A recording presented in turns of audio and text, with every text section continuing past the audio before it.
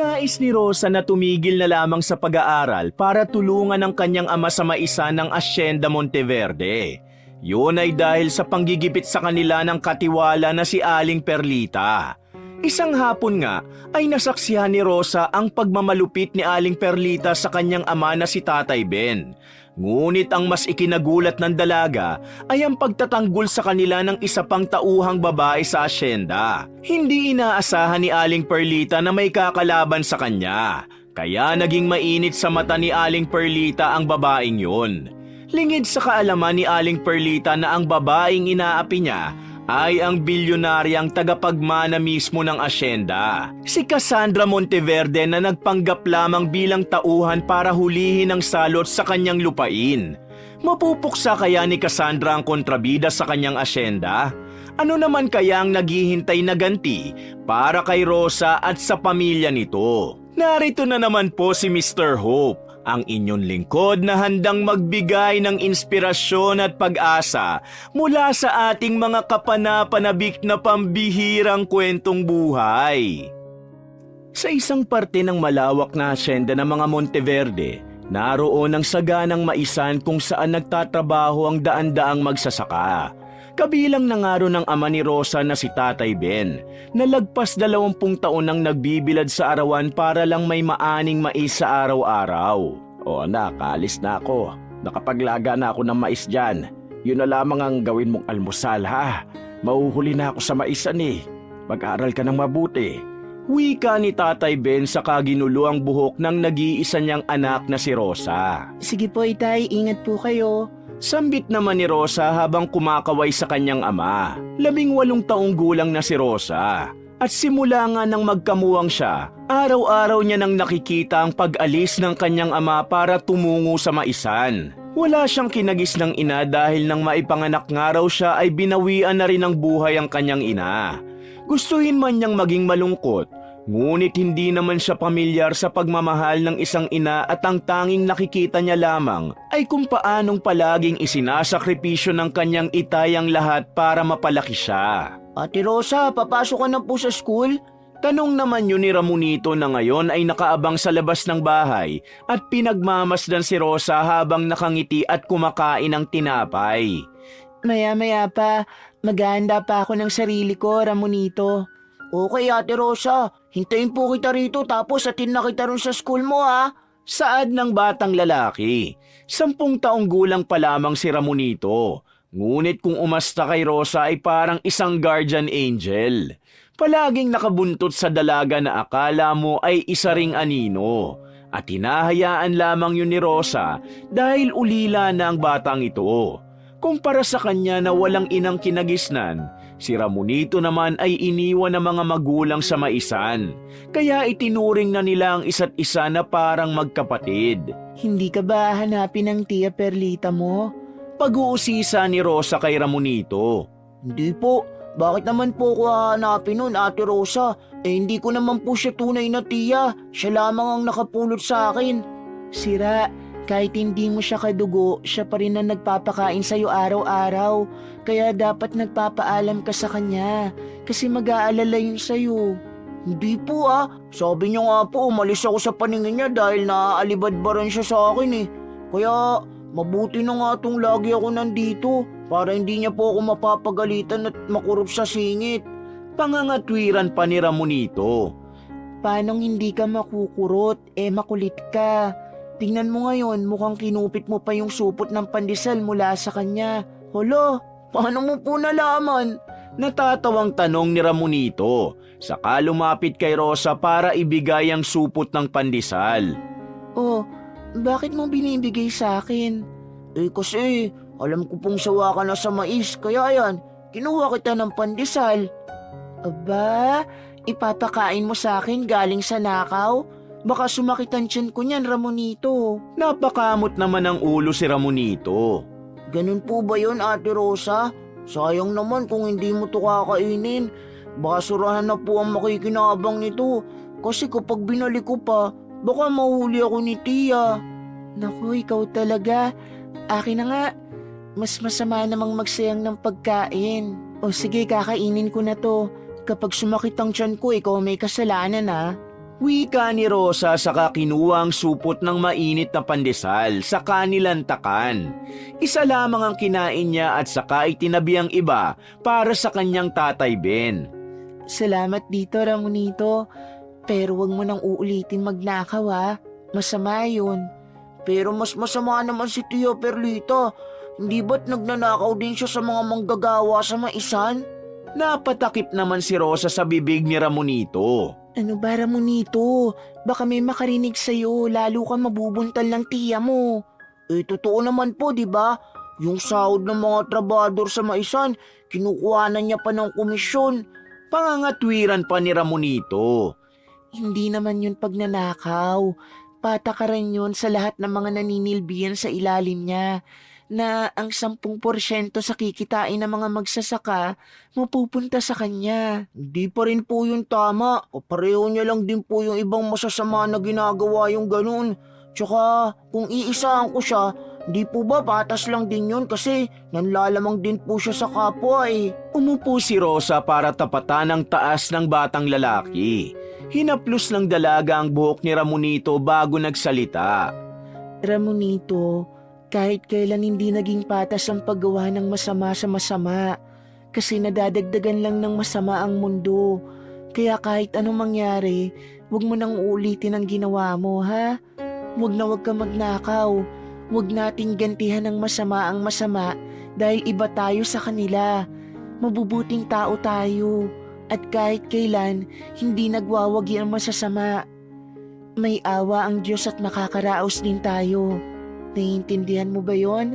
Tanong ni Rosa sa kawawang bata na ngayon ay tumatangu-tangu na lamang. Opo, Ate Rosa. Hindi na po mauulit. Sorry po. Very good. O sige na, hintayin mo na lang ako rito ha. Sabay tayong papasok sa school. Naligo na si Rosa at nagbihis ng uniforme. Sa isang banda, naisip niya rin ang dahilan kung bakit palaging sumasama sa kanya si Ramonito. Hindi kasi siya pinag-aaral ni Aling Perlita kahit na mapera ito. Palibhas ay mas inuuna ang anak at walang pakialam sa ampon na si Ramonito. Ang totoo, kaya lang siguro nito pinulot si Ramonito sa maisan at kinupkop ay para maging dakilang utusan. Tara na, Ramonito. Pagyaya ni Rosa sa batang lalaki. Masaya naman itong kumapit sa kanyang kamay. Nilakad nila ang maisan hanggang sa makalabas ng Hacienda Monteverde. Nang makadaan sa isang tindahan, binilhan ni Rosa si Ramonito ng lollipop para may kinakain ito habang lumilikot ang mga mata sa paligid. Ate Rosa, okay lang po ba na hintayin kita sa labas ng school mo? Tanong ni Ramonito at napakunot ang noo ni Rosa. Hintayin? Aba, anong oras pa ako makakauwi, Ramonito? Okay lang po. Makikipaglaro lang ako sa mga bata. Naku, baka pagalitan ako ng tiya mo. Sigurado ka ba? Opo, Ate Rosa. Naku, baka kung mapano ka, Ramonito. Umuwi ka na lang. Magugutom ka rito, kakahintay sa akin. 5:00 pang labasan namin. Git ni Rosa. Ngunit tila yata mas makulit si Ramonito. Okay lang po ako, Ate Rosa. Pangako, mag-iingat ako. Nagtaas pa ng kanang kamay si Ramonito. Kaya napabuntong hininga na lamang si Rosa na walang nagawa. Sakto kasing nasa tapat na sila ng eskwelahan ni Rosa at kailangan na rin niyang magpaalam. Mamayang break time ko, pupuntahan kita rito. Siguraduhin mong huwag kang lalayo ha. Hintayin mo ko. Dadalan kita ng pagkain para hindi ka magutom. Ayos lang po ko, Ate Rosa. Makakadilensya naman po ko eh. Magkita na lang po tayo mamayang uwian para may kasabay ka po pag uwi. Napahinga na lamang ng malalim si Rosa nang tumakbo na si Ramonito para makipaglaro sa ibang mga bata. Nakita niya ang saya sa mukha ni Ramonito. Madali lang din kasi itong makihalubilo sa iba dahil mabait. Hahayaan ko na nga muna siya. Papasok na ako sa klase dahil para sa kanya naman tong ginagawa ko eh. Para balang araw mapag-aral ko rin siya. Sambit ni Rosa saka pumasok sa eskwelahan. Mabilis din namang lumipas sa mga oras. Nang magtanghalian nga, sumilip si Rosa sa gate para tanawin si Ramonito. at nakita niya itong kumakain kasabay ng ibang mga bata.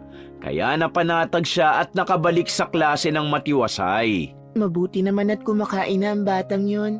Sana hindi pa siya hinahanap ni Aling Perlita dahil baka mapalo na naman siya.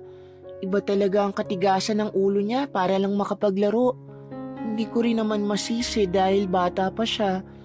Pero mabuti na rin siguro yon para kahit papano hindi siya napagdidiskitahan sa bahay. Bulong ni Rosa sa kanyang sarili. Ilang beses na rin kasi niyang nakita kung paano hambalusin ni Aling Perlita si Ramonito. At kahit na ipagtanggol niya pa ito, hindi siya pinakikinggan ng matandang ginang. Nang sumapit nga ang 5:00 ng hapon, lumabas na si Rosa. Sinalubong naman siya ni Ramonito na may bit-bit na saging. Oh, saan mo na naman napulot yan? Huwag mong sabihing nagnakaw ka, Ramonito. Hindi po ibinigay ito sa akin ng mga bata kanina. Naisip ko na ibigay na lang sa'yo dahil baka hindi ka pa po kumakain eh. Sigurado ka? Tanong ni Rosa sa kabinalata ng saging at kinagat. Oo nga po, hindi po ako nagsisinungaling. At saka, nangako na ako sa inyo na hindi ko na po ulit yung gagawin, di ba? Mabuti naman kasi sumasakit na ang tiyan ko. Sakto, may saging para mailabas ko tong lahat. Sumasakit po ang tiyan nyo, Ate Rosa? Dahil po ba sa ninakaw kong pandesal? Natawa si Rosa dahil mapapaniwalain si Ramonito. Biro lang. Salamat dito Hayaan mo, ipagluluto kita. Sa amin ka na kumain ng hapunan. Ilang sandali lang ay nakabalik na sina Rosa at Ramonito sa barong-barong. Nagluto na si Rosa ng hapunan. Subalit 7:00 na ng gabi ay hindi pa rin umuwi ang kanyang ama. Ano pong problema, Ate Rosa? Nag-aalalang tanong ni Ramonito. Wala pa kasi si Tatay Ben. Naroon pa kaya siya sa may isan? Hindi ko po sigurado. Baka pauwi na rin po siya. Sandali, ipagtatanong ko sa mga kapitbahay. Nagmadaling lumabas si Rosa. Ngunit kahit ang ibang mga trabahador sa maisan ay wala pa rin. Kaya bumalik siya sa bahay para magpaalam kay Ramonito.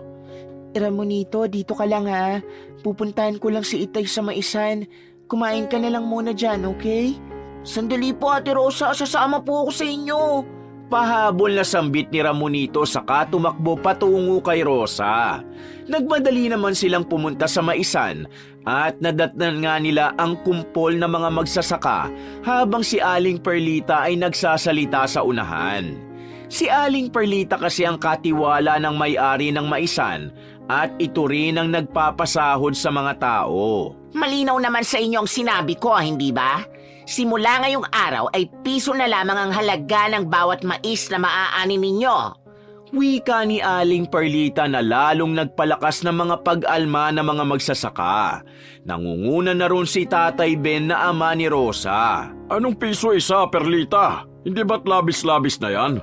Nung nakaraan ginawa mo ng 3, ngayon naman piso? Ano, kailangan namin mag-ani ng 100 mais para maka-100 piso man lang? Baka dumating ang araw, wala nang halaga ang mga mais na inaani namin. Saka paano pa yung komisyon na kinakaltas mo sa amin kada linggo kung gagawin mo pang piso ang kada isang mais? Hindi ka ba kakarmahin yan? Anas ni Tatay Ben na kababakasan ng pagkayamot sa mukha nitong madungis at pawis na pawis. Anong karma pinagsasasabi mo, Mang Ben? Hindi ba't utang na loob niyo na nga sa akin na hindi ko kayo tinatanggal dito sa trabaho ninyo? Gusto mo bang wala ka nang maipakain sa dalaga mong si Rosa? Abay wala na nga akong maipapakain sa kanya dahil sa pagkagarapal mo. Hindi na ito makatarungan. Sigaw pa ni Tatay Ben. Nagsisang-ayuna naman ang kapwa magsasaka. Anong hindi makatarungan? Galing ito mismo kay Don Junmar. Dahil nalulugi na ang ating maisan. Malaki na rin ang nagagasto sa produksyon. Pero hindi nababawi sa kita. Tumataas ang utang ng asyenda dahil sa gastusin sa pag-ani at pagtransport. Kaya kailangan bawasan ang bayad sa magsasaka para makabawi. Napanganga si Rosa sa dahilang yon ni Aling Perlita. Nakikita niya ang patuloy na pag-iling ng mga magsasaka at nahahabag siya sa mga ito. Hindi niya maiwasang tumingin ng masama kay Aling Perlita, ngunit naiisip niyang mas dapat siyang magalit kay Don Junmar dahil ito lamang ang naguutos kay Aling Perlita. Rosa anak, ano ginagawa mo rito? Tanong ni Tatay Ben nang makita si Rosa sa likuran. Nagkalasa na kasi ang mga magsasaka dahil sa walang kwentang sinasabi ni Aling Perlita kanina. Totoo po ba ang sinabi ni Aling Perlita, Itay? Ngunit imbis na sagutin ni Tatay Ben, hinila na lamang si Rosa pauwi ng bahay. Si Ramonito naman ay nakita ni Aling Perlita at napingot na nito sa patilya pauwi. Itay, grabe naman si Aling Perlita. Anong piso kada mais? Labis-labis naman yata yun. Pag-alma ni Rosa. Huwag mo na lang yung isipin. Kumain ka na ba ng hapunan? Pag-iiba ng usapan ni Tatay Ben. Ngunit hindi siya tinigilan ni Rosa. Hinarap siya ng dalaga. Itay, bakit ho kayo nagtitiis dito? Pwede naman na tayong umalis. Paniguradong may ibang maisa na tatratuhin ng tama ang mga katulad niyong magsasaka. Umalis na tayo rito sa Hacienda Monteverde. Matigas na sambit ng dalaga. Hindi pwede anak. Hindi tayo pwedeng umalis dito. Bakit naman po hindi pwede, Tay? Magtitiis na lang po ba kayo sa pang-aalipusta sa inyo rito? Mahigit 20 taon na kayo naninilbihan dito. Oras na po para unahin naman ninyo ang inyong sarili. Nasasayang ang mga paghihirap nyo tapos ang kapalit lang kakarampot na pera. Kakarampot man, maigi na ang meron kaysa wala. Sige na anak, kumain na lang tayo at wag na itong pag-usapan. Wala ka bang assignment? Pumunta si Tatay Ben sa mesa para hainan ng pagkain si Rosa. Subalit hindi pa rin nagpatinag ang dalaga. Natigilan si Tatay Ben sa winika ng anak niya. Kung ganon, titigil na lang po ako sa pag-aaral, Tay. Tutulungan ko kayo sa pag-aani para kahit papaano makarami tayo. Anong sabi mo? Magkasalubong ang mga kilay ni Mang Ben nang harapin niya ang kanyang anak. Inilapag pa nito sa mesa ang bimpo na galing sa kanyang balikat. Hinto na lang po ako sa pag-aaral at kikita ng pera. Nang sa ganon, makaahon na tayo sa hirap. Sambit ni Rosa na lalong nagpadismaya sa kanyang ama. Nagtatrabaho ako para makapag-aral ka, Rosa. Anong sinasabi mong titigil ka? Wala lang ba sa iyong pag-aaral? Alam mong hindi ako nakatapos, ni hindi ako marunong magbilang at magbasa. Paano mo madaling nabibitawan ng oportunidad na wala ang lahat? Nanubig ang mga mata ni Rosa. Sa tanang buhay niya, ngayon lamang sila nagkaroon ng diskusyon ng kanyang ama. Si Tatay Ben ay 42 years old lamang. Ngunit nababakasan na ang katandaan nito sa kulubot nitong balat, pati na rin ang mga uban nito na siyang lalong nagpapalungkot kay Rosa. Iniisip ko lang, Tay, na baka mas makabubuting tulungan ko na lang kayo. Ayaw niyo rin naman lang umalis dito. Sasamahan ko na kayo sa pagtatrabaho kaysa maging pabigat ako. Napabuntong hininga si Tatay Ben. Pilit na pinakakalma ang sarili. Anak, hindi ka pabigat. Responsibilidad kita. Gusto kong makapagtapos ka ng pag-aaral. Hindi ako maaaring umalis dito dahil hinihintay ko ang pinangako nila sa akin na scholarship mo. Patapos ka na ng senior high. Ilang buwan na lang magkukulehiyo ka na. Bakit ka pa susuko? Tiisin na lamang natin. Makakaraos din tayo. Napayuko na lang si Rosa nang amuin siya ng kanyang ama. Wala na siyang nagawa kung hindi ang sundin nito na kumain na. Buong gabi, hindi makatulog ng maayos si Rosa dahil sa malalim na pag-iisip. Tahimik siyang umiiyak habang si Tatay Ben mahimbing nang natutulog sa kabilang kwarto. Paano kaya kung mag-absent muna ako sa klase bukas? Susubukan ko lang. Baka sakaling mas epektibo kung tutulong na lang ako kay Itay. Wika ni Rosa sa kanyang sarili. Kinabukasan, maagang gumising si Rosa para asikasuhin ang pagkain ng kanyang ama.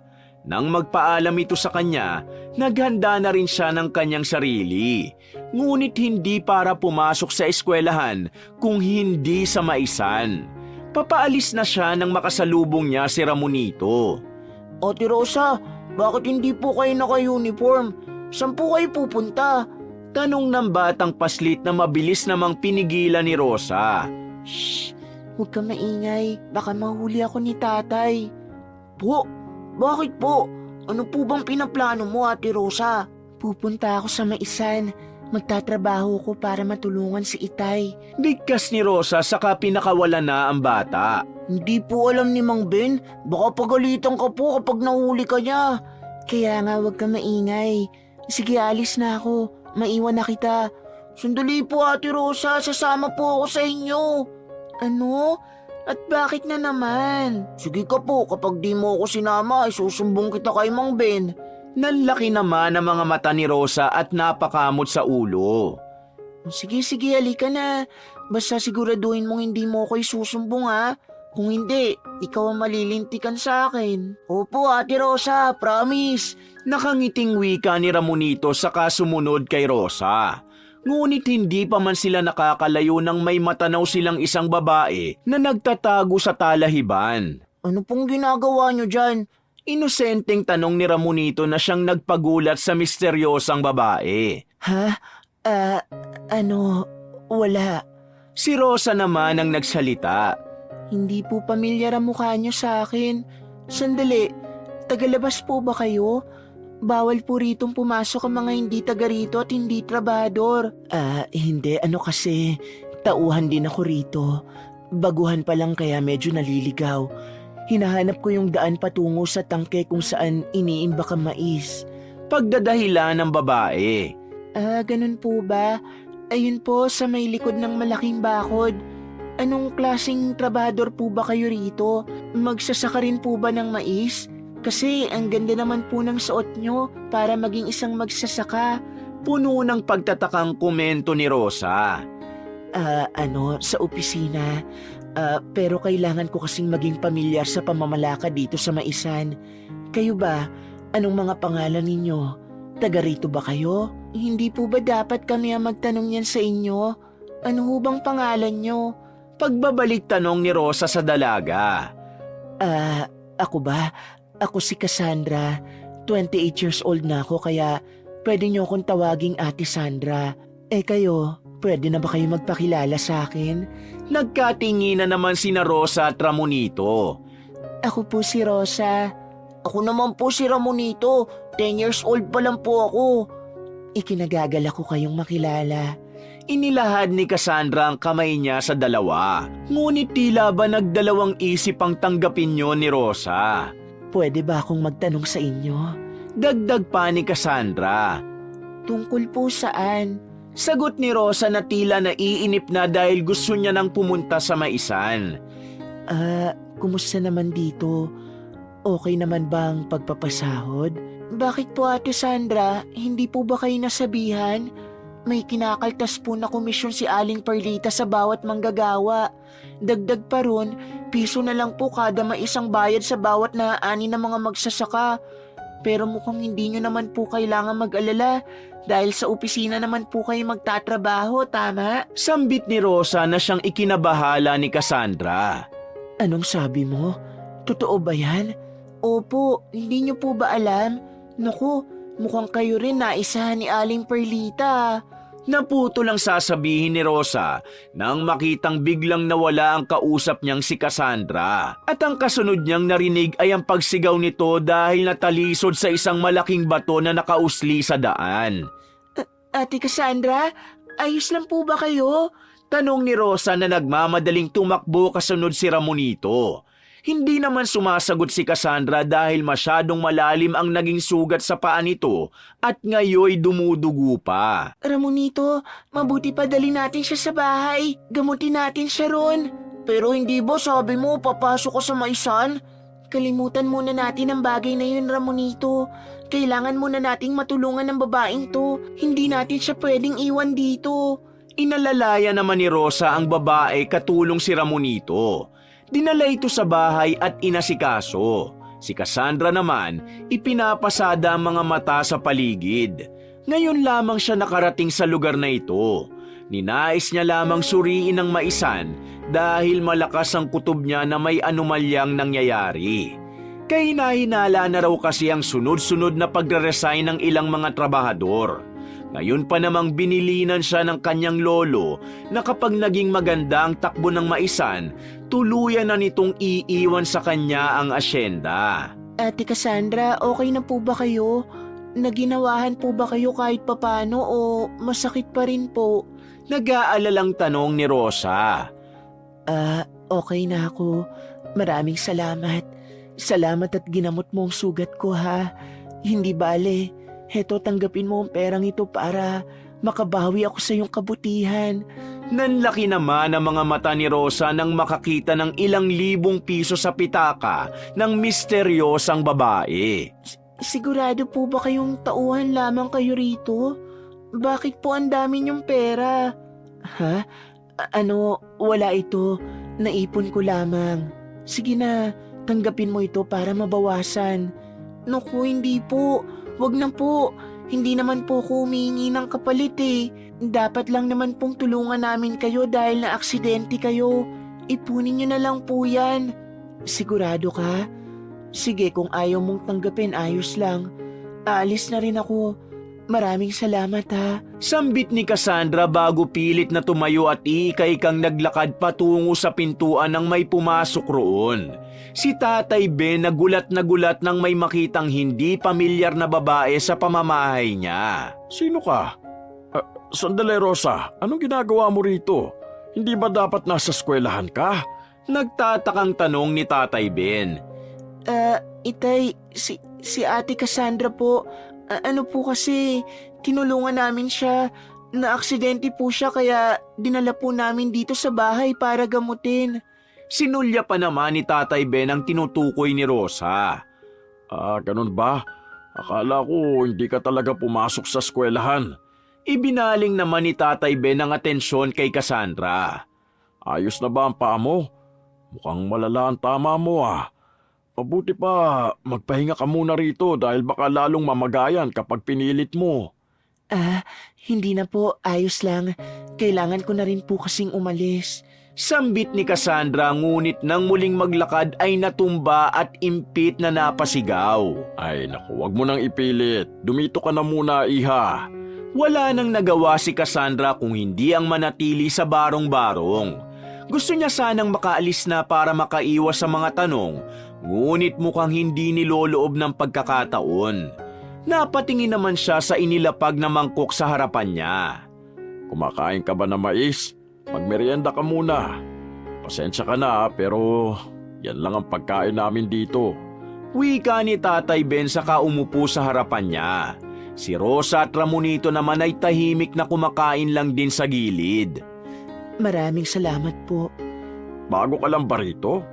Parang ngayon lang kita nakita. Opo. Tugon ni Cassandra saka kumagat sa mais. Kahit siya ay nabilib sa tamis ng mais na pagmamay-ari nila. Mabuti pa maghanap ka ng ibang trabaho. Hindi sa'yo nababagay ang ganito, iha. Marami naman dyan na pwede mong pasukan. May mga opisina na maganda ang bayad o kaya naman magnegosyo ka. Dito masasayang lamang ang pagod mo dahil hindi kay tatrato ng tama.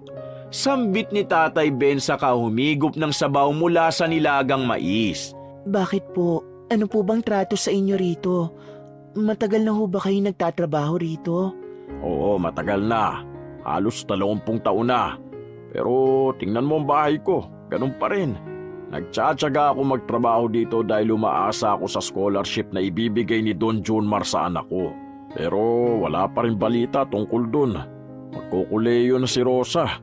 Nag-aalala ako na hindi ko siya mapag-aral. Ngayon, gusto niya na rin tumigil para tulungan ako sa sakahan.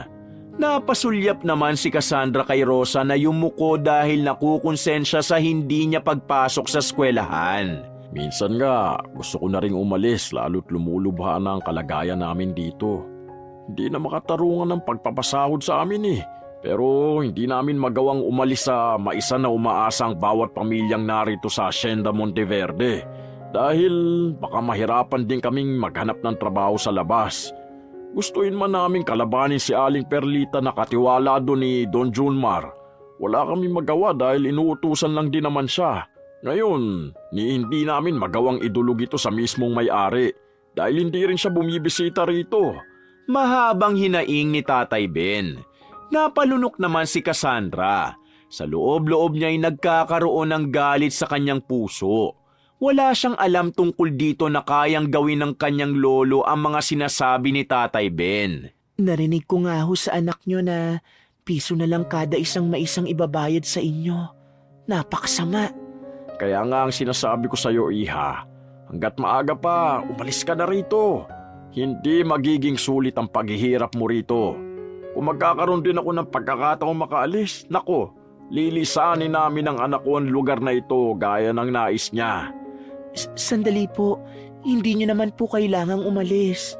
Nagulat naman si Tatay Ben sa naging reaksyon ni Cassandra, lalo na sa biglaan itong pagtayo. Ano po, tutulungan ko po kayo. Baka makahanap tayo ng paraan para bumalik sa ayos ang pamamalakad dito sa Maisan. Kakausapin ko si Lolo, si Don Junmar. Natawa naman si Tatay Ben sa winika ni Cassandra. Paano mo siya makakausap? Tingin mo ba makikinig siya sa atin? Matagal na siyang hindi bumibisita rito. Parang wala nang ang pakialam sa Maisan. Tanging si Aling Perlita na lang ang nakakausap namin. Mukhang nakalimutan niya na kami at ang mga pangako niya. Natigilan naman si Cassandra. Alam niyang dahilan kung bakit hindi nakakabalik ang lolo niya. Dahil nagkaroon ito ng sakit at kasalukuyang nagpapagaling. Kaya nga nagkaroon na siya ng hati sa mga kayamanan nito dahil nung nakaraang taon na isinugod dito sa ospital, gumawa na ng last will and testament para sa mga ipapamana sa kanyang anak at mga apo. Hindi naman kaagad nakuha ni Cassandra ang Maisan dahil naroon siya sa ibang bansa at inaayos ang kanyang buhay. Kung alam niya lang na may ganitong nangyayari ay matagal na siyang umuwi. Basta po, tutulungan ko po kayo. Mabuti pa, tulungan mo na lang ang sarili mo, Iha. Paano? Babalik na ako sa Maisan. Rosana, kayo na muna ang bahala rito sa bisita nyo. Saka kung pwede, pumasok ka mamayang hapon. Bili ni Tatay Ben. Opo, Itay. Mag-iingat po kayo. Paalam ni Rosa sa kanyang ama na tuluyan ng umalis. Si Ramonito naman ay nagsalita. Ate Rosa, kung masamang magnakaw, di po ba masama rin magsinungaling? Sabi niyo po papasok kayo sa eskwelahan, pero wala naman po kayong balak pumasok. Napatingin naman si Rosa kay Cassandra na narinig ang mga yon. Kahit si Cassandra ay natamaan dahil itinatago niya rin ang tunay niyang pagkatao. Huwag ka na lang maingay, Ramonito. Tingin mo ba maiiwan natin dito si Ate Sandra? Hindi pa niya kayang lumakad. Paano kung habang wala tayo maaksidente siya uli? Hindi ba't mas lalong hindi yun maganda? Minsan may mga maliliit na kasinungalingang kailangan mong gawin para sa ikabubuti ng lahat. Pansamantala lang naman to eh. Dahil magsasabi rin naman ako ng totoo kay Itay. Totoo bang hindi ka papasok mamayang hapon, Rosa? Bilin sa'yo ng ama mo, pumasok ka, hindi ba? Huwag niyo na akong alalahanin, ayos lang naman ako. Sambit naman ni Cassandra. Lumapit sina Rosa at Ramonito. Hindi na po ako papasok, babantayan ko po kayo rito.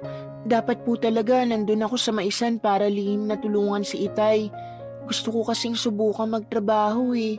Kaya kung kailangang bitiwan ko po ang pag-aaral, gagawin ko. Pero Rosa, mahalaga ang pag-aaral. Makinig ka sa iyong ama. Ang edukasyon lang ang tanging hindi mananakaw sa iyo ng kahit sinong tao. Kapag may alam ka, mas makapangyarihan ka. Mali po kayo, Ate Sandra. Dahil kapag may alam ka, mas lalo kang malulungkot. Mas lalo mong makikita na mahina ka, na kahit alam mong dapat gawin, hindi mo magawa dahil mas malakas sila. Mas may kapangyarihan silang manlamang ng kapwa. Nasa posisyon sila para lalong pahirapan ng mahihirap. At ang mayayaman na nasa taas, hindi marunong lumaban ng patas dahil ang kasakiman nila lumalala. Wala silang awa. Kitang-kita ni Cassandra ang galit sa mga mata ni Rosa, na kahit isa lamang itong bata, matalino ito at alam niya kung anong pinaguhugutan ito. Hindi naman siguro lahat ng mayaman ganun. May mga nasa taas din naman na marunong tumingin sa baba, marunong tumanaw ng utang na loob. Sambit ni Cassandra saka sinulya pa ng paa niyang binendahan ng mga bata kanina. Hayaan nyo, balang araw, Maiintindihan niyo rin ang sinasabi ko. Sige, mauna na ako ha. Papaalis na si Cassandra nang biglang bumuhos ang ulan. Ate Sandra, mukhang ayaw po kayong paalisin dito sa bahay nila Ate Rosa. Natatawang komento ni Ramonito. Oo nga po Ate Sandra, baka madulas pa po kayo sa daan kung ipagpipilitan yung umuwi. Sambit naman ni Rosa. Kinuha ni Cassandra ang kanyang cellphone para sana tumawag ng saklolo sa kanya, ngunit walang signal. Hindi nagkokonek ang tawag ko. Bigkas ni Cassandra. Wala na siyang nagawa kung hindi ang manatili sa bahay ni na Rosa. Ipinahiram niya na lamang kay Ramonito ang cellphone niya para makapaglaro, habang si Rosa naman ay nagpapakulo ng tubig. Anong ginagawa mo? Tanong ni Cassandra. Naisipan niyang kausapin ang dalaga para patayin ang pagkabagot dahil ilang oras na ang lumilipas ay hindi pa rin tumitila ang ulan. Nagiinit po ng tubig. Paniguradong basa po si Itay pagka-uwi niya. Nakakapagtaka nga po na hindi pa siya umuwi, umuulan na. Ganitong panahon po kasi hindi nakakapag-ani sa maisan. Di kung ganon, lalo silang walang kikitain dahil umuulan. Opo Ate Sandra, tama po kayo. Ito po ang pinakapangit na panahon para sa magsasaka. Maganda lang po ang ulan kapag pinalalaki ang mga tanim. Pero kapag anihan, nahihirapan po sila dahil maputik. Lalo na po ngayon na ang lakas ng patak ng ulan. May punto ka. Sa mga mayayaman, hindi nila iniinda ang ulan dahil matibay ang bubong nila at mataas ang kanilang pamamahay. Hindi binabaha. Walang butas ang bubong. Ay, mabuti po pinaalala nyo. Ramonito, bitiwan mo muna yung cellphone ni Ate Sandra. Tulungan mo akong lagyan ng timba ang mga tulo sa bubong. Tsaka baka malobat siyang cellphone at hindi niya makontak ang pamilya niya. Malakas na tinig ni Rosa na mabilis namang sinunod ni Ramonito. Maya-maya lang ay dumating na si Tatay Ben at nagulat pa nga na naroon pa rin si Cassandra. Ngunit nabunutan ng tinik nang makita si Rosa. Naiintindihan kung hindi ka nakapasok sa eskwelahan, anak. Mabuti na lamang din dahil mukhang may habagat. Wika ni Tatay Ben na mabilis na pumunta sa banyo para maligo. Inasikaso naman din siya ni Rosa. Nasasaksihan yung lahat ni Cassandra habang siya ay nakaupo lamang sa isang sulok. Nasasaksihan niya ang buhay ng isang pamilyang umaasa sa kanilang maisan. Hindi niya mapigilang maluha dahil ang isa sa mga trabahador na nagpapayaman sa kanila ay ganitong klase ng kahirapan ang pinagdaraanan. Ate Sandra, anong problema? Bakit po kayo umiiyak? Bulong ni Ramonito nang mapansing lumuluha ang babae. Mabilis naman yung pinunasan ni Cassandra. Ha? Wala. Napuwing lang ako. Lumipas ang ilang sandali at sabay-sabay silang naghapunan.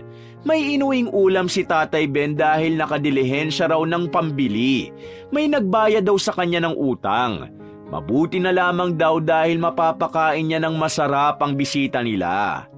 Mukhang hindi ka makakauwi, iha. Malakas pa rin ang ulan, oh. Ayos lang ba sa yung matulog dito? Hindi naman dito babain dahil maganda ang lupa at nasisipsip agad dahil sa mga pananim na nakapaligid. At wala namang butas ang bubong doon sa kwarto ng anak kong si Rosa. Wika ni Tatay Ben nang makitang nakatingin pa rin sa bintana si Cassandra. Mukhang wala po akong pagpipilian, Mang Ben. Siguro nga po, mas makabubuting magpatila muna ako ng ulan dito. Kahit nakakahiya na. Pasensya na at nakakaabala ako sa inyo. Nakpo, wala yun. Ano ka ba? Sino ba magtutulungan kung hindi tayo-tayo rin? At saka kapag may oportunidad na gumawa ng mabuti, hindi dapat pinalalampas yun. Tumango na lamang si Cassandra. Tinulungan siya ni Rosa na maglinis at magpalit ng damit. Medyo may kaliitan nga ang damit na napahiram sa kanya ni Rosa, ngunit hindi na yun alintana pa ng babae. Kasalukuyan na silang nakahiga sa sapin habang si Ramoncito naman ay naroon kapiling si Mang Ben. Bukas na lamang daw nila ipapaalam kay Aling Perlita na doon sa kanila natulog si Ramonito. Ilang taon ka na po, Ate Cassandra? Tanong ni Rosa na para bang nagpapaantok. 28. Ikaw? 18 po. 10 taon pa lang agwat natin. Sambit ni Cassandra habang nakatingin sa kisame. Hinihintay niya pang magtanong muli ang dalagang nasa tabi niya nang makitang nakapikit na ito at humihilik na. Ang bilis mo namang makatulog. How I wish ganyan din ako. Napabuntong hininga si Cassandra nang maalala ang mga pinagdaanan niya sa buhay nung nasa ibang bansa siya. Dahil pinili niyang maging independent woman ay naranasan niya rin ang hirap, lalo na't sumabak siya sa iba't ibang trabaho para lamang kumita ng pera. At ngayong hindi niya na nais pang bumalik doon, napag-isipan niyang pangalagaan na lamang ang tanging maipamamana sa kanya ng kanyang pinakamamahal na lolo. Tatratuhin niyo kaya ako ng ganito kabuti kung nalaman yung lolo ko ang may-ari ng asyendang ito? O magagalit din kayo sa akin dahil pinahihirapan kayo rito? Bulong ni Cassandra habang nakatulala sa ere. Ngunit ng gabing yun, may napagtanto siya sa kanyang sarili. Napatutunayan niyang sarili na hindi siya katulad ng mga inaakala nilang mayaman. Oh, gising ka na pala, iha. Pagbati ni Tatay Ben nang lumabas si Cassandra sa kwarto ni Rosa. Opo, medyo nailalakad ko na rin po yung paa ko. Maraming salamat po sa tulong niyo. Wala yun. Oh, magkape ka muna. Pag-aalok ni Tatay Ben na siyang tinanggap naman ng dalaga. Papunta na ho ba kayo sa maisan? Tanong ni Cassandra. Oo, tumila na ang ulan kaya titingnan ko ang mga pananim kung nasalanta ba o may natira pang pwedeng pakinabangan. Maaga pa ho mag-aalas 6 pa lang ng umaga. Ganun talaga, iha. Kapag hindi ka gumising ng maaga, nako, wala ka na madadat ng grasya. Kung ganun, sasabay na rin po ako sa inyo. Sigurado ka? Tanong ni Tatay Ben. Opo, kaya ko naman na ho, Mang Ben. Maraming salamat. Naglakad na sina Tatay Ben at Cassandra patungo sa maisan. Ginusto rin kasi ni Cassandra na makita ito ng personal at ito ang pinakamadaling paraan. Nagulat naman siya nang makita ang nagkalat na mais sa lupa. Maputi kaya pinagsuot siya ni Tatay Ben ng bota. Ano, ayos lang ba ang paa mo? Sabihin mo kung hindi ka komportable. Saad ni Tatay Ben. Okay lang po ako, Mang Ben. Huwag niyo po akong alalahanin. Sigurado ka bang dito ang trabaho mo? Kala ko ba sa opisina? Kasama rin ho ito sa trabaho ko. Nagsidatingan naman ang mga magsasaka at isa-isang tumulong sa lugar na para bang sanay na sa marapat na gawin pagkatapos ng malakas na ulan. Maya-maya lang din naman, sumikat na ang araw kaya ang iba ay nagsimula ng mag-ani. Si Cassandra naman ay tumulong na rin at ginaya na lamang ang mga ginagawa ng iba. Natawa naman si Mang Ben nang mapansin ang ginagawa ni Cassandra. Iha, mukhang hindi ka marunong ah. Humahagik-gik na komento ni Tatay Ben. Hindi pa lang ho ako sanay. Pero kung tuturuan niyo ako, mabilis naman po ako makapick up. O sige ganito ah, titingin ka muna sa palayok na kung tawagin ay corn cob. Kapag medyo tuyo na ang balat at kulay brown na ang buhok, ibig sabihin handa na sa pag-ani. Katulad nito, kahit nabasa na ng ulan makikita naman na pwede na ito. Pagtukoy ni Tatay Ben na matamang pinakikinggan ni Cassandra. Sa pagpitas, hahawakan mo lamang ang tangkay, tapos iikutin. Babaluktutin pa ibaba hanggang maputol. Madali lang. Dagdag ni Tatay Ben habang ipinapakita kay Cassandra ang pagpitas ng mais. Sinunod naman ni Cassandra ang turo ni Tatay Ben at nakuha niya naman agad ito. Aba, totoo nga mabilis ka matuto. Pwede ka na mag-asawa. Biro ni Tatay Ben na naging sanhi din ng tawanan ng mga nakarinig. Sandali. May boyfriend ka na ba? Alam mo, dapat makahanap ka ng lalaking hindi ka pagtatrabahuhin sa ganito. Dapat siyang nagtatrabaho para sa'yo. Dahil ang tunay na lalaking umiibig, gagawin ang lahat maging maginhawa lang ang buhay mo. Napangiti naman si Cassandra. Ang totoo ay wala siyang panahon sa mga yon. Ang tanging nasa isip niya lamang, hulihin ang salot sa kanilang asyenda at mapatunayang walang sala ang kanyang lolo sa lahat ng ito. Kagabi kasi, napag-isip-isip niyang hindi yun magagawa ng kanyang pamilya, lalo na't ang lolo niya ay nagpapagaling pa sa karamdaman. Ang mga ganong tao ay malapit na sa kamatayan para gumawa pa ng kasamaan. Salamat po sa payo, Mang Ben. Maliit na bagay. O sige na, bilisan mo na ang kilos. Hindi ka makaka-100 piso niyan. Nasa gitna na ng pag-aani si Cassandra nang may lumapit sa kanyang babae. Nang tumunghay siya, nakita niya ang nakataas na kilay ni Aling Perlitang sumalubong sa kanya. Nanlaki pa mga mata ni Cassandra sa gulat at biglang nagtago dahil baka makilala siya. Hoy ikaw, iha! Akala mo ba hindi kita mapapansin? Anong ginagawa mo rito? Bulyaw ni Aling Perlita. Umusbong naman ang kaba ni Cassandra dahil sa taray ng ginang. Naalala niya tuloy nung bata siya nang minsan siyang bumisita sa asyenda. Pinagalitan pa siya nito ng palihim habang hindi nakatingin ang lolo niya. Bakit po? Natatarantang tanong ni Cassandra. Kanina pa kita nakikita. Bago ka lang ba rito? Nakahinga naman ng maluwag si Cassandra nang hindi siya makilala ni Aling Perlita. Matagal na nga rin pala siya nang huling makita nito at bata pa siya noon.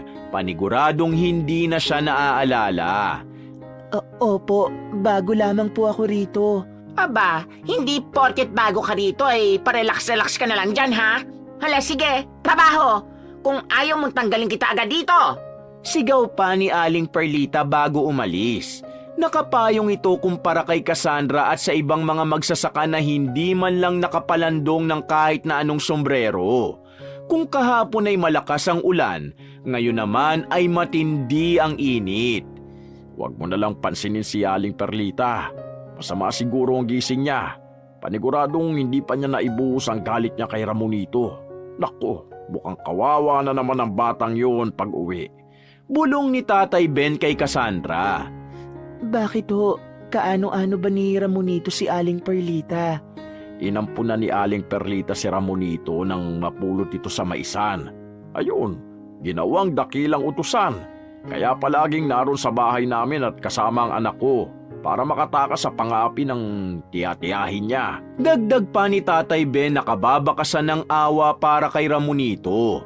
Maging si Cassandra ay nakaramdam ng puot kay Aling Perlita. Doon niya napapatunayan na masama ang ugali nito at baka nga ito talaga ang nasa likod ng lahat ng pang-aapi sa mga magsasaka.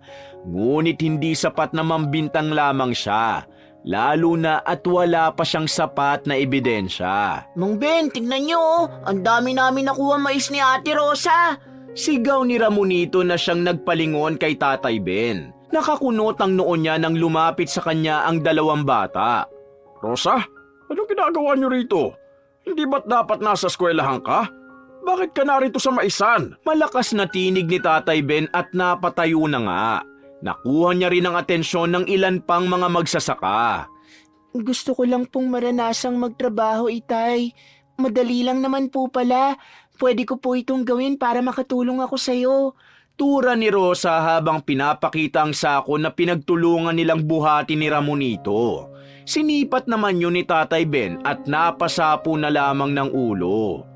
Utang na loob, Rosa. Bakit pati bubot ay kinuha niyo pa? Napakalaking disgrasya nito sa amin, Diyos ko naman. Halika't umuwi na tayo. Pagsasabihan kita ron sa bahay. Sandali po, Itay. Hindi po ako ang kumuha niyan, kundi si Ramonito. Pangangatwiran pa ni Rosa. Ngunit tuluyan na siyang nahila ng kanyang ama pabalik sa bahay. Pinadapa ni Tatay Ben si Rosa sa papag at sininturon sa puwetan. Hindi ba't sinabi ko na sa'yo na huwag kang pupunta ron sa maisan? Bakit ang kulit mo? Hindi ka mapagsabihan. Tama na po, Itay. Hindi na po mauulit. At sinasama mo pa si Ramonito. Alam mo nang palagi ang pinagagalitan ng kanyang tiya. Gusto mo bang lagi napapahamak ang batang yan? Puro pasa at latay na nga sa katawan. Mang Ben, tama na po. Hindi naman po ako pinilit ni Ate Rosie. Sumama po ako sa kanya ng kusa. Pagtatanggol ni Ramonito. Huwag kang makisali rito. Umuwi ka na ron sa iyong tiya. Kapag patuloy pa kayo nagpasaway, hindi ko napapayagang sumama ka sa anak ko. Napakagat sa ibabang labi si Ramonito. Wala siyang nagawa kung hindi tumakbo paalis habang umiiyak. Nakasalubong pa nito si Cassandra na sumunod pala sa kanila. Ang dami niyo pang kinuha. Paano na ito ngayon? Magagalit ang ibang magsasaka sa laki ng perwisyong ginawa nyo. Sinabi ko na sa'yo, Rosa, mag-aral ka. Hindi palaruan ng maisan. Patuloy na pagalit ni Tatay Ben sa kanyang kawawang anak na ngayon ay umiiyak na rin ng malakas. Gusto ko lang naman pong makatulong sa inyo, Itay. Masama ho ba yun? Bakit po ba ayaw nyo ring makinig sa akin? Ayoko na nga pong mag-aral. Gusto ko na lang kumita ng pera para hindi na lang po palaging maisang pagkain natin. Natigilan naman si Tatay Ben. Nagkaroon naman ng pagkakataong umalis si Rosa at tumakbo palabas. Nang makita ni Cassandra ay sinundan niya rin si Rosa at natagpuan sa may ilalim ng puno ng mangga habang umiiyak. Ano bang masama sa ginawa ko? Gusto ko lang din naman magkaroon ng pera. Masama ba yun? 100 mais pa naman ang nakuha namin ni Ramonito. 100 piso na sana yun. Di may 200 na sana kami kung makaka-100 mais din si Itay. Hindi niya naman kasi sinabing hindi pala pwede ang maliliit na mais. Bulong ni Rosa habang pinipitas ang mga damo sa lupa. Doon ito inilalabas ang inis niya. Bakit ba pinipilit niya ako mag-aral? Ayoko na nga. Marunong na ako magbasa at magbilang. Magtatrabaho na ako para mapag-aral ko na rin si Ramonito. Giit pa ni Rosa. Si Cassandra naman ay naglakad patungo sa dalagang umiiyak at tinabihan ito. Alam mo ba na hindi ka pa pwedeng magtrabaho dahil bata ka pa? Sambit ni Cassandra. Pero 18 na po ako, Ate Sandra. Nasa 8 gulang na ako para magtrabaho. Pero ang mga katulad mong bata pa, dapat nag-aaral pa. Kung alam mo lang na hindi dapat minamadali ang pagtatrabaho. Dahil pagdating mo sa puntong ito, mamimiss mo ang pagiging isang estudyante. Na sana nag-aaral ka na lang para assignment lamang ang iniisip, hindi ang mga bayarin. Kaya makinig ka sa iyong ama, Rosa. Hindi sa lahat ng pagkakataon, malakas siya kaya samantalahin mo yun. Wala ka bang pangarap? Napasinghot si Rosa at saka tinanaw ang kawalan. Meron po. Oh, anong pangarap mo? Maging isang guro. Oh, yun naman pala eh. Paano ka magiging isang guro kung hindi ka mag-aaral? Giit ni Cassandra habang hinahagod ang likod ng dalaga para pagaangin ang loob nito. May karapatan po bang mangarap ang isang mahirap? Oo naman. Sinong may sabi sa iyong hindi? Si Aling Perlita. Ang sabi niya noon sa akin, masyado akong ambisyosa. Hindi raw ako makakapagtapos ng pag-aaral dahil uunahin kong mag-asawa. Napabuga naman si Cassandra. Napakasama talaga ng ugali ni Aling Perlita na yon. Pinagalitan niya rin ako kanina na akala mo masamang maging mahina sa isang bagay na unang beses mo palang gagawin. Ikaw, Rosa, huwag mo na siyang pakinggan. Ang dapat gawin mo nga ay patunayan sa kanya na mali siya. Ang mga katulad niya kasing walang pangarap ay durugi ng mga pangarap ng iba. Gusto niya kasing magaya sa kanya. Kaya huwag ka magpapadala sa mga sinasabi niya. Makinig ka sa iyong ama, sa mga taong nagmamahal sa iyo. Isipin mong malalim na dahilan kung bakit mo sinimulang mag-aral para hindi ka tumigil. Ang totoo po, gusto ko ring turuan si Itay na magbasa at sumulat. Sambit ni Rosa na muling tumutulo ang luha. Oh, paano mo magagawa yun kung hindi mo tatapusin ang pag-aaral mo? Ibig kong sabihin, pwede mo namang turuan na ang iyong Itay. Pero mas maganda hindi ba kung masaya rin siyang nakikinig sa iyo at proud na proud dahil isa ka ng guro? Paano po yun? Wala naman po kaming maraming pera para makapasok ako sa kolehiyo. Ang narinig ko po kay Itay, umaasa siya sa scholarship na ibibigay ni Don Junmar. Pero mukhang hindi yun nahayaan ni Aling Perlita. Huwag mong alalahanin ang pera. Magtatrabaho ako at paaaralin kita. Natawa naman si Rosa. Hindi ka nga po marunong, Ate Sandra. Natigil ang pag-uusap nila nang sumugod sa kanila si Ramonito habang sumisigaw. Ate Rosa, si Mang Ben inaalipos na ni Aling Perlita. Anong sabi mo? Nagkatinginan sina Rosa at Cassandra saka madaling sinundan si Ramonito. Hay nako, Ben! Ang sinasabi ko sa iyo, hindi ka makakatanggap ng sahod ngayong linggo dahil sa ginawa ng iyong anak. Bakit hindi mo ba maintindihan yon? Naapektuhan din ang ani ng ibang magsasaka dahil kahit hindi pa pwedeng kunin, kinuha na ng mga anak mo. Sigaw ni Aling Perlita habang may hawak na pamaypay dahil mukhang nai-stress na sa pagtatalo nila ni Mang Ben. Kung ganun na hindi ka rin sasahod dahil kasama si Ramonito sa kumuha ng mga mais na yan. Natahimik naman si Aling Perlita dahil hindi inaasahan ang isasagot sa kanya ni Tatay Ben. At bakit naman dinadamay mo ako sa ginagawa ng ampun ko? Ang usapan dito ay ikaw. Kakaltasan kita dahil sa palpak na ginawa ng anak mo. Bakit hindi ka maging patas? Kakaltasan mo pa ako wala na nga natitira sa ipinapasahod nyo sa akin dahil inaabuso mo na. May komisyon pa. Sabihin mo na lang kaya kung gusto mo akong mamatay kasi parang ganun din naman Aba, Mang Ben, mag-ingat ka sa mga sinasabi mo. Wala lang dito si Don Jurmar pero hindi mo dapat ako pinagsasalitaan ng ganyan, ha? Hindi ka na marunong rumispeto. Anong gusto mo? Tanggalin na lang kita? Mabuti pa nga kung ganun.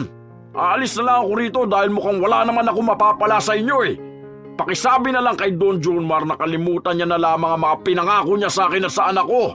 Dahil hindi na ako umaasang maaalala pa niya. Walang kinabukasan sa mga isang ito. Teka, Mang Ben, bago ka umalis, bayaran mo muna mga perwisyong idinulot mo sa maisang ito. Pati na rin sa iba pang mga magsasaka. Entrada ni Aling Perlita dahilan para makapagmura ang matandang lalaki. Utang na loob, Perlita. Huwag mo akong tarantaduhin. Hindi lang ako marunong magbasa at magbilang. Pero alam ko kung kailan ako niloloko. Labis-labis na ito. Huwag ka sanang karmahin sa pagiging sakim mo. Lalayas na kami rito ng anak ko. Bahala na kayo sa buhay nyo.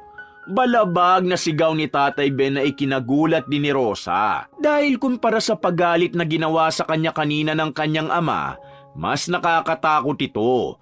Ngunit sa kabila nun ay labis siyang humahanga dahil marunong din itong ipaglaban ng tama. Rosa, halika na. Alis na tayo rito. Sambit ni Tatay Ben nang makita si Rosa sa likuran. Akmang aalis naman ang mag-ama nang sumingit si Cassandra. Sandali ho, Mang Ben.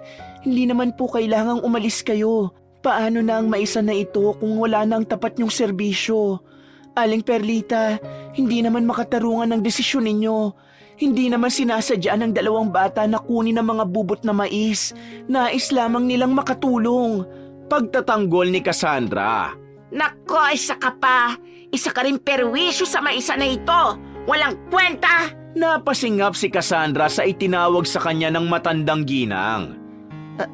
Anong sabi mo? Wala akong kwenta, Aling Perlita. Baka hindi mo ako nakikilala. Bakit? Sino ka ba? Sino man nagpapasok sa'yo rito at bakit parang hindi ka dumaan sa akin? Hindi kita matandaan! Napangisi si Cassandra. At sa pagkakataong yun, parang nagkaroon siya ng oras para ibunyag na ang totoo niyang pagkatao. Malamang ay hindi ako dadaan sa'yo dahil ako ang tagapagmana ng Hacienda Monteverde. Ako si Cassandra Monteverde, apo ni Junmar Monteverde. Matapang na sambit ni Cassandra na ikinagulat ng lahat. Katahimikan ang bumalot sa lahat ng magsasakang nakikiusyoso, ngunit napalitan nyo ng malakas na pagtawa ni Aling Perlita. Diyos ko, hindi niyo naman ako inabisuhan na may baliw dito. Sinong may saltik sa utak ang tagapagmana pala ng asyenda pero ganyan ang suot at nag-aani ng mais kanina? Ako ba'y pinaglololoko mo? Mabuti pa, uminom ka ng gamot dahil masyado ka pang bata para masiraan ang utak. At kayo, Mang Ben, hindi kayo makakaalis dito kung hindi nyo babayaran ang mga utang nyo sa akin. Bulyaw ni Aling Perlita saka umalis. Maging ang ilang magsasaka ay nagsialisa na. Si Tatay Ben naman ay sumulyap lang sandali kay Cassandra bago inakay ang kanyang anak paalis. Sandali, Mang Ben. Totoo ang sinasabi ko. Apo ako ni Don Junmar. Pahabol na sigaw ni Cassandra kaya hinarap siya ni Tatay Ben. Salamat sa pagtatanggol mo sa akin ha. Pero hindi mo kailangan magkunwari. Hindi ko gustong sinungaling na tao at baka gayahin pa ng anak ko. Mas maigi pa na umalis ka na lang din dito dahil pag-iinitan ka ni Aling Perlita dahil sa ginawa mo. Wika ni Tatay Ben sa katuluyan ng umalis. At tama ang matandang lalaki dahil na mga sumunod na araw, palagi nga siyang pinag-iinitan ni Aling Perlita. Ano, Doña Cassandra? Ayos ba mga mais natin dyan? Alam mo, uminom ka na muna ng tubig dahil mukhang nangihina ka na. At saka buhati mo na rin ang mga sakong naroon sa gilid at dalhin malapit doon sa tangke. Utos pa ni Aling Perlita. Lalong nagngit-ngit ang mga ngipin ni Cassandra. Hindi niya inaasahang walang maniniwala sa kanya nang magpakilala siya. At wala siyang pagpipilian kung hindi ang magtrabaho sa asyenda habang ipinagdarasal ang pagdating ng kanyang lolo para maging patunay na apo nga siya nito. Tumayo na si Cassandra para sundin ang inuutos sa kanya ni Aling Perlita. Nagtago naman siyang muli sa talahiban para humanap ng signal. Ngunit wala talaga. Naku, palobat pa tong cellphone ko. Kailangan ko na makabalik sa mansyon para makapag-charge. Pupuslit muna ako at susubukang tawagan si Lolo. Baka gising na siya. Sambit ni Cassandra saka naganap ng pagkakataong makatakas. Nang makarating naman siya sa mansyon, agad siyang nagpahinga habang nagcha-charge ng cellphone. Napabuntong hininga siya habang nakatingin sa kisame. Kailangan ko makaisip ng paraan para mapapunta rito si Lolo Junmar. Kailangan niyang makita ang nangyayari sa asyenda. Si Mang Ben hindi sila makaalis dahil pinipilit sila ni Aling Perlita na magbayad muna ng utang. Pero paano makakabayad kung napakalaki ng kinakaltas sa kanila? Wala na silang kakainin sa araw-araw kung lahat ng kikitain mapupunta lamang kay Aling Perlita. Wika pa ni Cassandra habang sukdulan ng inis sa matandang ginang. Kinuha niya ang cellphone niya at sinubukang tumawag. Laking tuwa niya naman nang sa wakas ay may sumagot na. Oo, Apo, napatawag ka. Masyado mo na bang namimiss ang lolo mo? Pagbati ni Don Junmar, nakababakasan pa rin ang panghihina sa nanginginig nitong boses. Lolo, finally sumagot ka na. Gusto lang kitang kumustahin. Ayos naman ako, Apo. Kahit papano ay okay na ang kalagayan ko. Nabanggit nga sa akin na panay daw ang tawag mo nitong mga nakaraang araw. Hindi ko naman maasagot dahil pinahiiwas muna ako sa anumang ika-stress ko. Ikaw, kumusta ka naman? Asan ka ba? Natahimik si Cassandra at hindi agad nakasagot. Nagdadalawang isip kung babanggitin ba sa kanyang lolo ang nangyayari sa Hacienda Monteverde sa takot na baka makaapekto ito sa kalusugan ng matanda. Cassandra, bakit natahimik ka? May problema ba? Nag-aalalang tanong ni Don Junmar. Wala naman po, Lolo. Apo, alam ko kapag nagsasabi ka ng totoo sa hindi. Ano bang bumabaghabag sa'yo? Bakit hindi ka bumisita rito? Mag-usap tayo. Hindi po kasi ako makaalis, Lolo. Ha? Bakit? Nasaan ka ba? Narito po ako sa Hacienda Monteverde. Pagtatapat ni Cassandra. Talaga ba?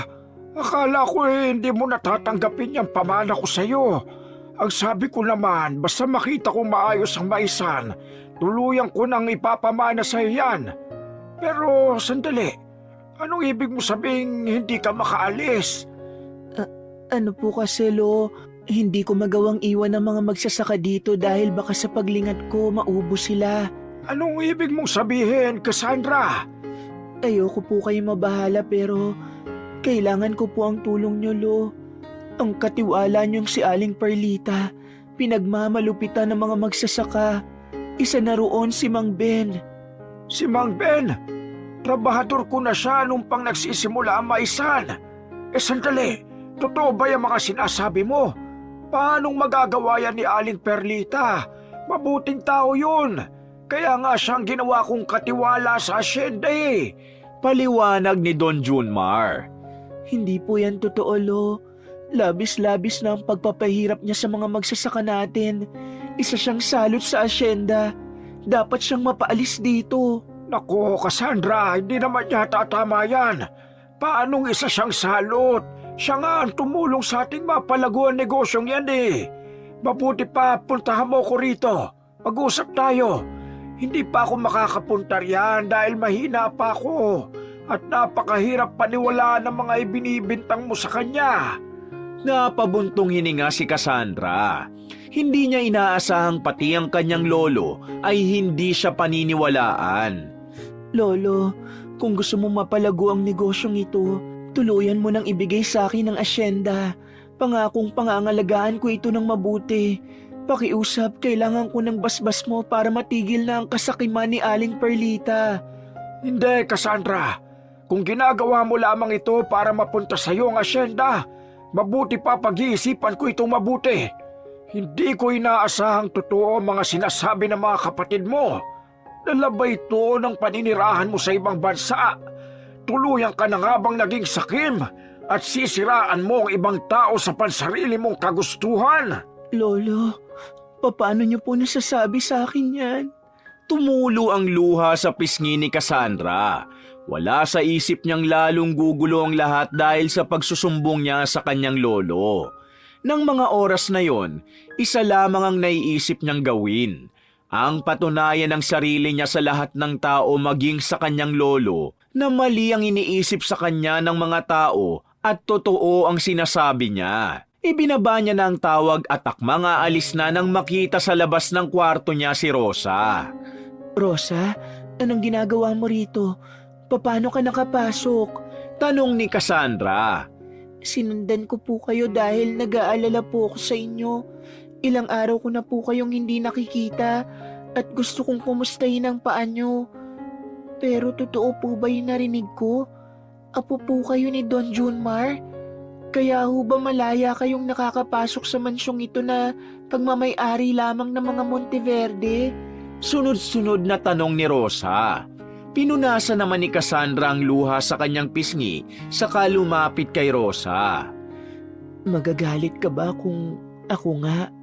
Umiling si Rosa. Hindi po. Naniniwala po ako na may mabuti kayong puso. Tinulungan niyo po si Itay nang minsang apihin siya ni Aling Perlita. Kaya naman, tutulungan ko rin po kayo. Tama. Kailangan ko nga ang tulong mo, Rosa. Hindi naniniwala sa akin si Lolo na masama si Aling Perlita.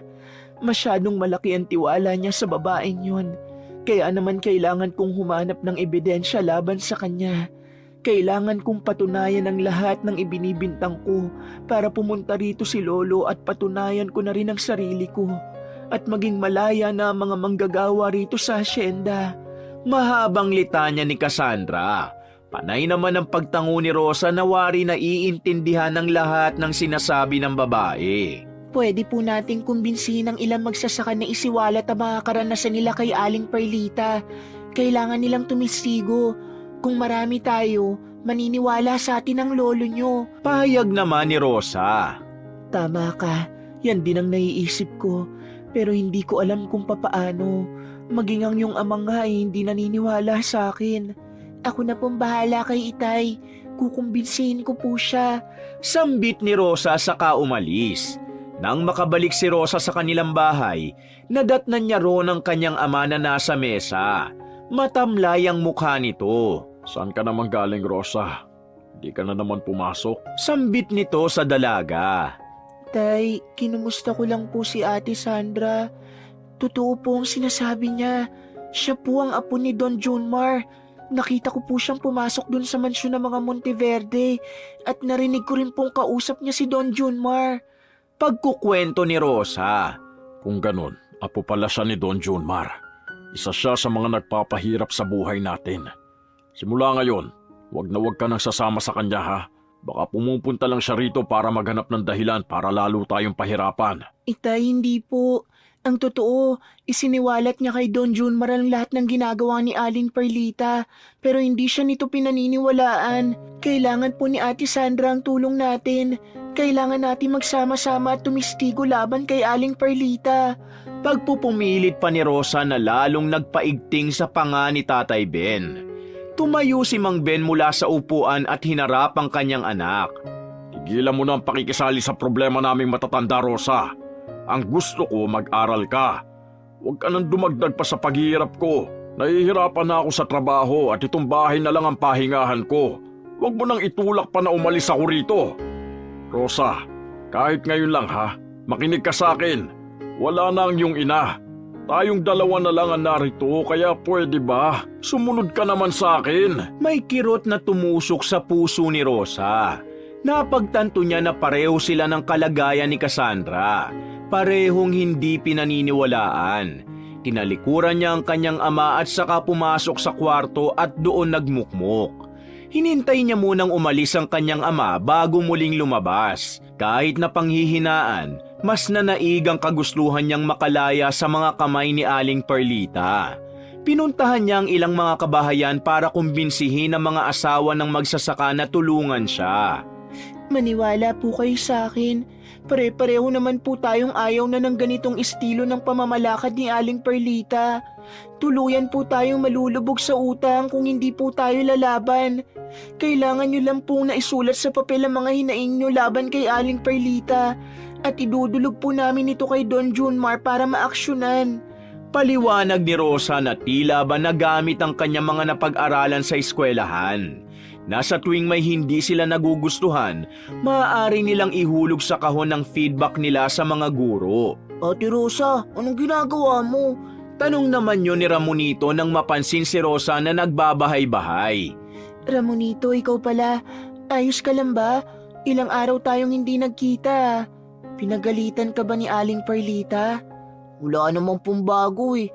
Kahit wala akong ginagawa, pinapalo niya pa rin ako. Walang pinagkaiba nung palagi po ako nakikipaglaro sa'yo. Ang totoo nga, ang tatay mo lamang po nagbabawal sa akin na lumapit sa'yo eh. Pero dahil wala siya at mukhang abala ka, gusto po kitang tulungan kung ano man ang ginagawa mo.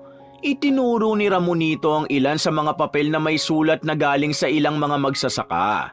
Lumapit naman si Rosa at binigyan ng isang bakanteng papel si Ramonito at lapis na panulat. Tutal, narito ka na rin lang. Isulat mo na rin dyan ang hindi makatarungang ginagawa sa'yo ni Aling Perlita. Utos ni Rosa. Napakamot naman si Ramonito habang hawak ang papel at lapis. Pero Ate Rosa, hindi po ako marunong magsulat. Natawa naman si Rosa. Oo nga pala. Di bale, halika ron sa ilalim ng puno na mangga. Tuturuan kita. Sumunod naman si Ramonito at umupo sa tabi ng kanyang Ate Rosa. Matyagang tinuruan ni Rosa si Ramonito na parang isang guro. Sige, isulat mo. Ako po si Ramonito. Oo, letter K tapos O. Yan, bilog. Tama, ang galing mo ah. Ang bilis mo namang matuto. Ayan, tapos nun ilagay mo po, si, at saka ang pangalan mo. Kaya mo na bang isulat ang pangalan mo? Tumango si Ramonito. Opo, naituro niyo na po yun sa akin dati, di ba? Nakangiting isinulat ni Ramonito ang kanyang pangalan. Nangilid naman ang luha sa mga mata ni Rosa nang mapagtanto niyang tila bumabalik sa kanya ang kagustuhang mag-aral. Habang tinuturuan niya sa pagsusulat si Ramonito, naaalala niya ang pagpupursigi sa kanya ng kanyang ama na mag-aral at nagsisisi siya sa kanyang katigasan ng ulo, pati na rin ang pagsagot niya ng pabalang kay Tatay Ben.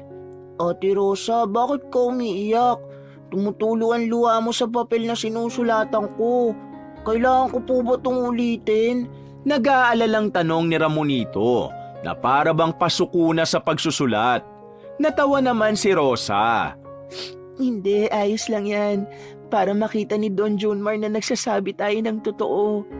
Sandali, tapos na pala eh. Akin na, isasama ko na yan dito. Maraming salamat talaga, Ramonito ha. Maaasahan talaga kita. Tinapik-tapik ni Rosa ang balikat ng batang lalaki. Hayaan mo, balang araw bibilis ka na rin magsulat at wala nang makakapigil sa'yo, Ramonito. Rosa, Ramonito, nariyan pala kayo. Kanina ko pa kayo hinahanap. Napalingon ang dalawa nang marinig ang boses ni Cassandra. Ate Sandra, ikaw po pala. Ayos na po ba ang paa ninyo? Tanong ni Ramonito saka yumakap kay Ate Cassandra. Oo, ayos na ako. Sumama kayo sa akin. May nakita akong ice cream sa ref. Paghatian yung dalawa, masarap yon. Napasigaw naman sa galak si Ramonito. Wow, ice cream! Hindi pa ako nakakatikim nun, Ate Sandra. Pahingi po. Tuwang-tuwa namang tumakbo si Ramonito kahit hindi niya alam kung saan tutungo. Hinihintay niya sina Cassandra at Rosa at nagulat ang batang lalaki na papasok sila sa isang mansyon. Ate Sandra, dito po kayo nakatira? Namamanghang tanong ni Ramonito. Hindi, Ramonito. Pero pagmamay-ari ito ng lolo ko. Nalika ron sa kusina. Naroon ang ice cream na sinasabi ko. Itinuro ni Cassandra ang kusina at napanganga na lamang ang dalawang bata dahil hindi lang ice cream ang naroon, kung hindi iba't iba pang pagkain katulad ng fried chicken, spaghetti at cake. Wow, Ate Sandra. Ano pong meron? Bakit ang daming pagkain? Tanong naman ni Rosa. Nagpa-deliver ako. Naisip ko kasing bigyan kayo ng pagkain dahil baka hindi pa kayo kumakain eh. Hindi naman sa minamaliit ko ang mais ha. Gusto ko lamang na i-treat kayo kahit papano bilang pambawi sa lahat ng kabutihan na ginawa niyo sa akin. Ate Sandra, napakarami mo naman pong pera para mabili mo lahat to. Komento ni Ramonito. Pwede rin po ba mag-uwi para may makain po yung ibang mga kalaro ko? Dagdag pa nito. Oo naman, bakit hindi? Paniguradong hindi naman natin mauubos yan. Gusto ko nga sanang mag-imbita pa ng ibang bata dito kaso ayoko namang makarating pa ito kina Aling Perlita at masamain pa. Mas mabuting kayo na lang muna ang makaalam ng totoo kong pagkatao. Sige na, kain na kayo. Ay wait, mag-pray pala muna tayo para makakain na kayo. Nagdasal naman si Cassandra kasabay ng mga bata at pagkatapos nga'y hinainan na si Ramonito na ngayon ay enjoy sa pagkain ng fried chicken. Wika pa niya'y para daw siyang nasa isang birthday party. Oh, Rosa, ikaw, bakit hindi ka pa kumakain? Hindi mo ba gusto ang mga pagkaing inihanda ko? May gusto ka pa ba? Sabihin mo lang, magpapadeliver ako. Pero Ate Sandra, may pera pa ho ba kayo? Baka maubusan na po kayo. Naku, ikaw, wag mo akong alalahanin. Nakalimutan mo na ba na sa akin ipapamana ang asyendang ito? At saka, babalik din naman ang pera. At alam mo ba, hindi kailanman mawawala ng mga mapagbigay. Sambit ni Cassandra saka inalok ng pagkain si Rosa. Nagsimula namang kumain ang batang babae, ngunit natigilan ng may maalala. Oh, anong problema, Rosa? Hindi ba masarap? Nag-aalalang tanong ni Cassandra. Hindi po. Ibig kong sabihin masarap po. May naalala lang po akong ibigay sa inyo, Ate Sandra. Ito po, mga sulat ng ilang magsasaka na nagsisiwalat ng mga ginawa sa kanilang masama ni Aling Perlita. Nakumbinsi ko po sila kanina. Gumuhit naman ang ngiti sa mga labi ni Cassandra. Naku, maraming salamat, Rosa. Napakalaking tulong nito sa akin. Ang galing-galing mo talagang bata. Hanga ako sa'yo. Ang pangako ko na pag-aaralin kita, hindi ko yun kalilimutan. Napag-isip-isip ko na nga po na tama ang sinabi ni Itay. Kaya ipagpapatuloy ko po ang pag-aaral ko kahit anong mangyari. Wika ni Rosa. Hinaplos naman ni Cassandra ang buhok ni Rosa saka tiningnan ng mga papel na may mga sulat ng magsasaka. Sandali. Wala rito ang tatay mo. Ibig bang sabihin, hindi mo siya nakumbinsi? Umiling si Rosa. Hindi po eh. Pero wag po kayong mag-alala, Ate Sandra. Ako po ang magsusulat para sa kanya. Tutal, saksi din naman po ako sa mga nangyayari kay Itay. Tumangu-tangu si Cassandra. Maraming salamat talaga, Rosa. Tatanawin ko itong malaking utang na loob. Salamat sa inyong dalawa dahil sa lugar na ito. Nagkaroon ako ng mga kaibigang katulad nyo. Pangako, nag-agawin ko rin ang lahat para sa inyo. Pagkatapos kumain ni na Rosa at Ramonito, kapwa na nagpaalam ang mga ito para umuwi. Si Rosa naman ay dumiretso na sa kanyang kwarto. Iniwan niya na lamang ang pagkaing mula kay Cassandra doon sa mesa para sa kanyang ama. Sa loob ng kwarto ay nagsimula siyang magsulat. Sana maging matagumpay ang plano ni Ate Sandra. Saad ni Rosa bago piniling matulog pagkatapos niya magsulat. Lihim naman siyang sinilip ng kanyang ama habang mahimbing siyang humihilik. Nakita ni Tatay Ben ang sulat na ginawa ni Rosa at hindi nito napigilang lumuha. Samantala, Nang gabi ding yun ay binasa ni Cassandra ang lahat ng sulat na ibinigay sa kanya ni Rosa. Ngunit laking gulat nga niya na sa kalagitnaan ng gabi ay may kumatok sa pinto ng mansyon na tinitirhan niya. Sino yan? Tanong ni Cassandra habang nagmamadali. Kumuha pa siya ng jacket bago sinilip ang naroon sa labas at mabilis na binuksan ito. Mang Ben, anong ginagawa niyo rito? Hating gabi na ho Maaga pa kayo bukas sa maisan. Imbis na sumagot si Tatay Ben ay inilahad niya ang papel kung saan naroon ang sulat ng kanyang anak na si Rosa. Binasa yun ni Cassandra sa harapan ng lalaki at hindi niya napigilang lumuha. Ibig ho bang sabihin nito, Mang Ben? Naniniwala na kayo sa akin? Naniniwala ang anak ko sa'yo. Kaya naman huwag mo siyang biguin. At ako na kanyang ama na mahal siya. Gagawin ko ang lahat para sa ikabubuti niya. Gusto ko siyang makapagtapos ng pag-aaral para kung mawala man ako, hindi siya kakayan-kayanin ng ibang tao. Kaya niyang maipaglaban ang sarili niya. Wika ni Mang Ben. Pinunasan naman ni Cassandra ang kanyang pisngi bago sumagot. Huwag kayong mag-alala, Mang Ben. May plano ako at sisiguraduhin kong mailalagay sa ayos ang lahat. Magwawakas na ang kasakiman ni Aling Perlita.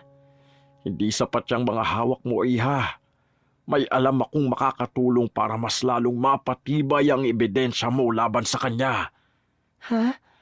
Ano pong ibig niyong sabihin? Kinakabahang tanong ni Cassandra. Sumama ka sa akin para malaman mo. Sumama nga siya kay Mang Ben. Hindi makapaniwala si Cassandra sa kanyang nasasaksihan. Sa isang bodega ay naroon ang napakaraming sako ng mais na nakaimbak. Puno ng pangambang tiningnan ni Cassandra si Tatay Ben. Anong ibig sabihin nito, Mang Ben? Bakit narito ang mga mais na inaani niyo? Hindi ba dapat dumidiretso na ito sa pagtatransport? Nagtatakang tanong ni Cassandra. Yan nga rin ang ipinagtataka ko dahil ang buong akala namin bumabagsak ang negosyo ng maisan. Pero ang totoo pala, hindi niya ibinebenta dahil gusto niyang iimbak rito para kontrolin ang presyo. Ibig sabihin, mas malaki ang kinikita ng maisan kumpara sa sinasabi niyang nalulugi na raw. Ang sabi niya sa amin kaya kailangang ibaba ang halaga ng mais ay dahil mataas ang gasto sa produksyon. Pero heto pala ang totoo. Inilabas ni Cassandra ang cellphone niya saka pinagkukuhanan ng litrato. Maraming salamat sa impormasyong ito, Mang Ben. Hayaan niyo, makakarating ito kay Lolo. Maniniwala na siya sa akin dahil may pruweba na ako. Wika ni Cassandra na seryoso ang tono. Sige nga, iha. Mabilis na bumalik si Cassandra sa kanyang kwarto at doon muling tiningnan ang mga litrato na nakalap niya sa tulong ni Mang Ben. Kagat-kagat niya ang kuko habang nagpapasya kung isesend na ba sa kanyang Lolo Junmar ang lahat. Hindi, bukas ko na isesend kay Lolo. Baka nagpapahinga na siya, mahirap na. Ang mahalaga ngayon may sapat na akong ebidensya sa lahat ng ginagawa ni Aling Perlita sa asyenda namin. Bulong ni Cassandra sa kanyang sarili. Subalit hindi niya inaasahan na kinabukasan, magugulat siya sa isang kaguluhan sa may maisan. Maging si Tatay Ben ay nagtataka kung anong meron. Nagkukumpulan na naman kasi ang mga magsasaka ng ganito kaaga. 6:00 pa lamang ng umaga, ngunit sikat na ang araw kasabay ng isang matandang babae na tila ba nagpapasikat din sa marami. Nagulat ba kayo? Kayo lang wala kayong tiwala sa akin. Heto, narito ang ilang kaba ng bigas na para sa inyo. Lahat kayo ay makakakuha. Ilista lamang ninyo ang inyong pangalan para masiguro ko kung sino-sino na nabigyan sa mga hindi pa. Sambit ni Aling Perlita na naroon sa unahan. Sa tabi at sa likod nito ang ilang kaba ng bigas na pinamimigay niya sa bawat pamilya. Mang Ben, nariyan ka na pala. Tamang-tama, narito ang bigas mo. Ibinukod ko na. Dagdag pa ni Aling Perlita nang matanaw si Tatay Ben sa malayo. Napakunot naman ang noo ni Tatay Ben habang nakatingin din sa ibang mga magsasaka na kapwa kumukuha na rin ng bigas. May mga ngiti sa labi ang mga ito na para bang nanalo sa loto. Lumapit si Tatay Ben kay Aling Perlita. Ano na naman itong pakulo mo, Aling Perlita? Bakit may pabigas ka? Ito na ba ang bago mo negosyo? Kunwaring bibigyan kami ng bigas pero sisingilin din sa dulo? Hindi itong unang beses na ginawa mo na ito sa amin. Nawala naman ang ngiti ni Aling Perlita. Ngunit nang matanaw din sa malayo ang paparating na sasakyan, ay pinilit na ibalik ang ngiti. Tumawa pa ito ng malakas. Huwag mo na akong pag-isipan pa ng masama, Mang Ben. Nariyan na nga ang grasya, tatanggihan mo pa? Sige, ikaw rin. Kung gusto mong kumain ng mais sa buong buhay mo, hindi kita pipigilan. Oh, tumabi ka na lang muna dahil nandyan na si Don Junmar. Hinawi ni Aling Perlita si Tatay Ben upang salubungin ang matandang lalaki na lumabas mula sa magara nitong sasakyan. Nang sandaling yun, tila ba naintindihan na ni Tatay Ben kung anong ginagawa ni Aling Perlita. Kaya pala bigla siya namigay ng bigas. Nagpapabango siya kay Don Junmar. Bulong ni Tatay Ben habang nakatingin ng masama kay Aling Perlita na ngayoy kinukumusta si Don Junmar. Ang tagal nyo nang hindi nakabisita rito, Don Junmar. Kumusta na ho ba kayo? Alam nyo, ang sakahan natin, katulad pa rin ng dati. Masisipag ang manggagawa, talagang minamahal ang maisan na itinayo ninyo. Pahayag ni Aling Perlita. Mabuti naman kung ganon. May nakarating kasi sa aking balita na marami raw manggagawa nating umaalis. Kaya naisipan kong bumisita rito kahit na mahina na ang tuhod ko para gawin ito. Pumakla naman ang itsura ni Aling Perlita. Naningkit ang mga mata niya na sinulyapan si Tatay Ben. Ben, nariyan ka pala. Long time no see. Kumusta? Pagbati ni Don Junmar sa kaniyakap ang manggagawa niyang hindi niya kailanman makakalimutan. Ganun pa rin ho, Don Junmar. Doon pa rin ba kayo nakatira sa lupang ibinigay ko sa'yo? Oo, Don Junmar. Pero sinisingil kami ng upa ron kada buwan. Sambit ni Tatay Ben. Ano? At sino naman ang naniningil sa'yo? Bakit hindi ho natin itanong kay Aling Perlita? Nakangising hirit ni Tatay Ben. Perlita, totoo ba ang sinabi ni Ben? Sinisingil mo siya ng renta sa bahay na ibinigay ko sa kanya? Pag-uusisa ng matanda. Naku, hindi, Don Junmar. Parang nakalimutan nyo ng palabiro si Mang Ben. Niloloko lamang po kayo niyan. Bakit ko naman sila sisingilin ng renta sa inyo naman ho itong lupa? Mabuti naman kung ganon. Nakahinga ako ng maluwag Oo nga pala Ben, kumusta ba ang anak mong si Rosa? Nakapagtapos na ba siya ng senior high school? Pag-iiba naman ang usapan ni Don Junmar nang makaupo sila sa isang mesa na pinasuyo ni Aling Perlita sa isang magsasaka. Malapit na ho, Don Junmar. Ilang buwan na lang. Aba, mabuting balita yan, Ben. Hayaan mo at ipaasikaso ko sa apo ko ang scholarship na ipinangako ko sa iyo para kay Rosa. Oh, tamang-tama. Nariyan na pala ang apo ko. Cassandra, narito ka. Pagbati ni Don Junmar sa kanyang apo. Nanlaki naman ang mga mata ni Aling Perlita nang mamukaan kung sino ang tinutukoy ng matandang lalaki. Hello po, Lolo. Mano po? Sambit naman ni Cassandra saka nagmano sa kanyang lolo. Nakangiti naman si Don Junmar nang tumingin kay Aling Perlita. Perlita, tanda mo ba ang apo ko?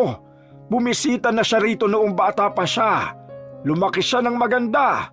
Hindi mo siguro namumukhaan dahil noon ay uhugin pa siya. Siya si Cassandra, isa sa mga apo ko.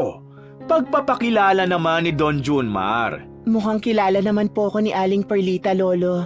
Hindi po ba nagkita na tayo, Aling Perlita? Matigas namang hirit ni Cassandra habang nakangiti ng nakakaloko. Oo, natatandaan ko nga siya, Don Junmar. Malaki na nga ang pinagbago niya. Mukhang may pinagmanahan siya. Mabuti hong nakabisita kayo ngayon dahil makikita niyo kung gaano kaganda ang sitwasyon ngayon sa asyenda. Masayang-masaya magsasaka dahil namimigay ako ngayon ng kaba ng bigas. Mula yan sa ipinapasahod niyo sa akin, Don Junmar. Pagtukoy naman ni Aling Perlita sa kasalukuyang nangyayari sa harapan nila. Maganda itong ginagawa mo, ha? Hindi mo pinababayaan ang mga magsasaka natin. Simula ngayon, kukuha ka na ng budget mula sa kita para magkaroon sila ng isang kaba ng bigas kada buwan. Suhestyon ni Don Junmar na lihim na nagpatawa kina Tatay Ben at Cassandra. Samantalang si Aling Perlita naman ay itinatago ang inis. Tamang-tama. Tutal ay narito kayong dalawa. Gusto kong sabihin sa inyo, Ben at Perlita, na itong apo ko na si Cassandra ang magiging tagapangalaga ng Hacienda Monteverde. Siya ang magiging tagapagmana ko ng lupaing ito. Nanlaki ang mga mata ni Aling Perlita. Napatayo pa sa pagkagulat at kung wala sa sarili ay aalma siya sa sinabi ni Don Junmar. Pinili niya na lamang kumalma bago nagsalita. Sandali, Don Junmar. Anong ibig mo sabihin? Siya na ang bagong may-ari ng asyenda na ito.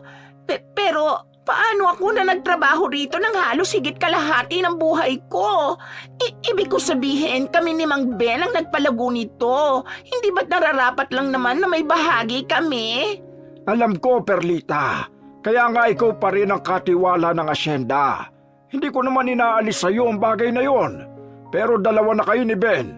Simula ngayon ay ang apo ko na ang susundin mo. Pero hindi ba masyado siyang abala sa ibang bagay? Anong alam niya rito sa maisan? Pati si Mang Ben masyado na siyang abala sa pagsasaka at isa pa, binabalak niya na ring umalis na rito. Lumingon naman si Don Junmar kay Tatay Ben. Totoo ba yon, Ben? Aalis ka rito? Umiling lang si Tatay Ben bilang sagot, kaya naman napahiya ng lubos si Aling Perlita. Natawa naman si Don Junmar bago nagsalita. Imposibleng umalis dito si Ben. Dito nag-aaral ang anak niya eh. Mahihirapan pang mag-adjust si Rosa kung magta-transfer pa sa ibang school. At panigurado kung ayaw din nung mapawalay sa bata mong si Ramonito. Kaya mabuti pa, magkasundo kayong lahat bago ako umalis ha. Matanda na ako para pagbati-batiin pa kayong lahat. O paano? Napadaan lang naman ako para kumustahin kayong lahat. Masaya ako na nakikita kong maayos dito sa maisan. Yun naman ang pangako ko kay Cassandra na kapag nasilayan kong nasa mabuting kalagayan ng asyenda, ibibigay ko na sa kanya ito. Siya na ang bagong may-ari ng Hacienda Monteverde. Puno ng otoridad na litanya ni Don Junmar bago muling tumayo. Aalis na po ba kayo, Lolo? Tanong naman ni Cassandra na tumayo na rin para ihatid ang lolo niya sa sasakyan. O apo, ikaw na ang bahala rito. Kinulo ni Don Junmar ang buhok ng dalaga at tumingin ng makahulugan bago tuluyang sumakay sa sasakyan. Samantala, si Aling Perlita naman ay napapabuga na lamang dahil hindi makapaniwala sa nangyayari. Lalo niyang ikinabubugnot ang pagngisi ni Tatay Ben sa kanyang gilid. Padabog siyang umuwi habang nagsasabu sa bunot ng buhok. Dahil sa labis na panggigigil ay hinawi niya ang mga gamit sa mesa saka sumigaw. Pinagtulungan nila ako! Pinagplanuhan nila ito! Kaya na hinala ang bigla ang pagdating ni Don Junmar dito! Paniguradong kagagawan nyo ng Cassandrang yon! Akala niya ba maiisahan niya ako? Siguradong gumaganti siya dahil sa pamamahiya at pagpapahirap ko sa kanya sa maisan. Kung nalaman ko lang kaagad na siya pala ang apo ni Don Junmar, sana'y nakapaghanda ako. Pero nangyari na. Kung hindi mapupunta sa akin ang asyenda, ipasusunog ko na lamang ito. Tama, para walang makinabang kahit na sino, kahit na ang Mang Ben na yon. Nang gigigil na litanya ni Aling Perlita saka tumakbo papasok sa kanyang kwarto. Hinagilap niya ang kanyang closet at tinanggal ang kumot at una na nakasalansan. Sa ilalim nun nakatago ang isang vault kung saan naglalaman ng mga perang nakulimbat niya mula sa mga magsasaka. Kung alam ko lang na mangyayari ito, hindi na sana ako nag-abala pa na bawasan ang pondo ko para bumili ng ilang kaba ng bigas. Pero ang mahalaga ngayon ay may pera pa ako para pambayad sa maaaring tumulong sa akin na magsunog ng maisan. Ngumisi ng nakakatakot si Aling Perlita. Isang ngisi na tila yata nilamon na ng kasakiman. Binuhat niya ang vault ngunit nagtaka siya nang maramdamang magaang yon. Mabilis niya yung binuksan at naibagsak niya na lamang ito nang makitang walang laman. Anong nangyayari? Bakit wala itong laman? Sinong kumuha ng pera ko! Malakas na sigaw ni Aling Perlita habang nanginginig ang mga kamay. Parang isang baliw na nagngingit-ngit ang mga ngipin. Sandali, si Ramonito. Siya lamang ang kilala kong malikot ang kamay. Siya lamang ang posibleng kumuha ng mga pera ko. Nasaan ang batang yon? Kailangan niya maturuan ng leksyon. Dali-daling kumuha ng yantok si Aling Perlita saka lumabas ng bahay. Pinagsisigaw niya ang pangalan ni Ramonito na para bang hindi niya naalintana ang eskandalong kanyang nagagawa. Kahit pa pinagtitinginan na siya ng mga tao. Ramonito! Nasaan ka? Pumarining ka ng magtinuka! Sigaw pa ni Aling Perlita. Natigil naman ito ng kakatawag kay Ramonito nang sa wakas, nakita niya na ang batang paslit na tumatawa habang kalaro ang iba pang mga bata. Nariyan ka lang palang bata ka? Kanina pa kita hinahanap.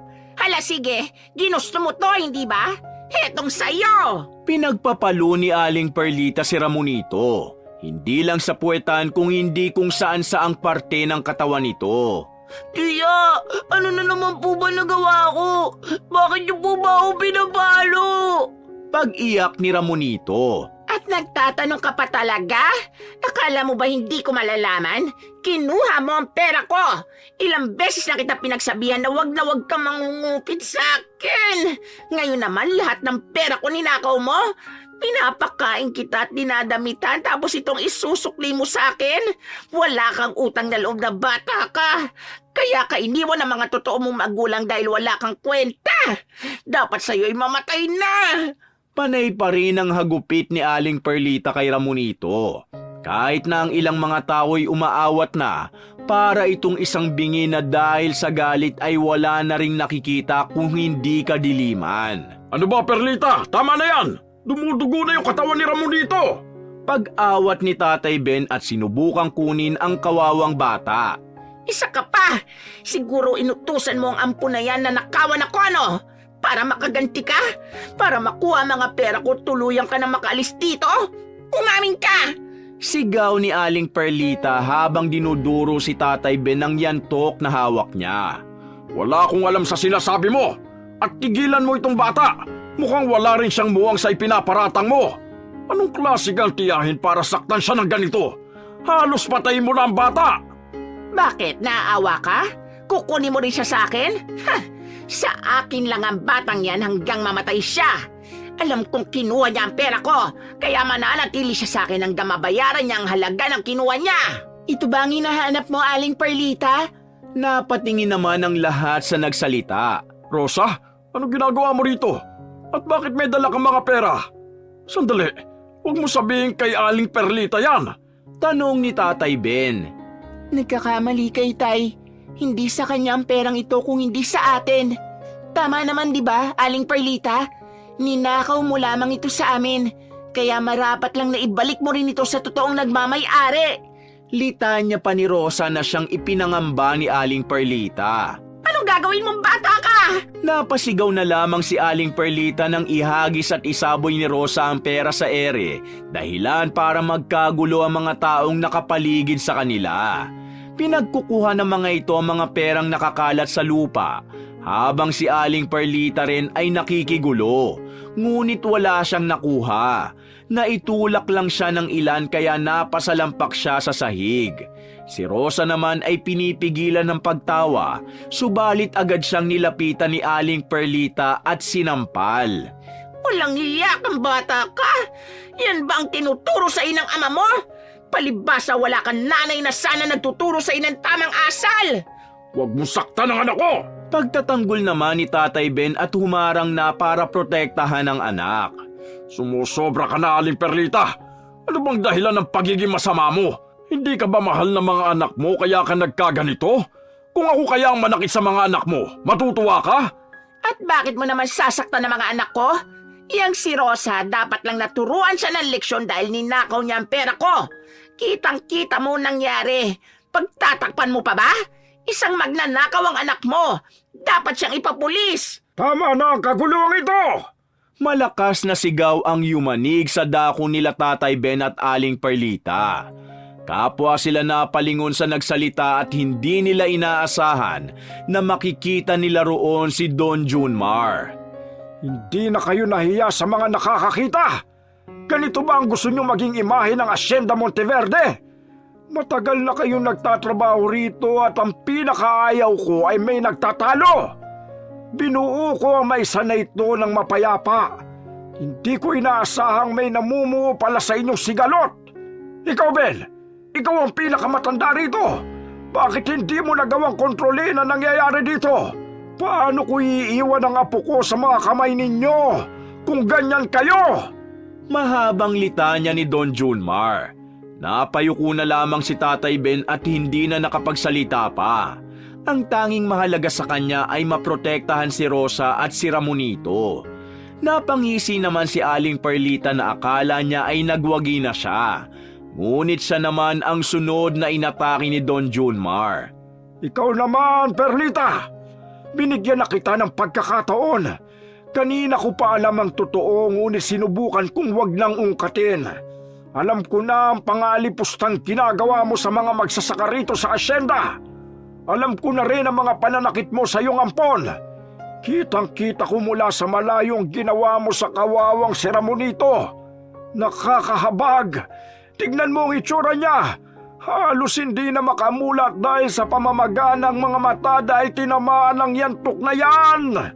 Kinuha naman ng mga bodyguards ang yantok na hawak ni Aling Perlita. Kasunod ay ang pagkuha rin kay Ramonito para dalhin sa pinakamalapit na ospital. Nagpatuloy naman si Don Junmar sa pagsasalita habang si Cassandra ay naroon sa likuran nito na tahimik lang na nakikinig. At isa pa, alam ko na rin ang ginagawa mo sa mga iniimbak mong mais. Hindi ko inaasahang magagawa mo ito sa akin at sa mga kasamahan mo. Pinagkatiwalaan pa naman kita ng lubos dahil umasa akong ikaw ang magtuturo sa apo ko ng lahat ng bagay na makakatulong sa kanya rito sa buong asyenda. Pero masyado akong nadismaya sa ikinilos mo. Tuluyan ang nabulag ng kasakiman ng puso mo, Perlita. Dapat kang maparusahan.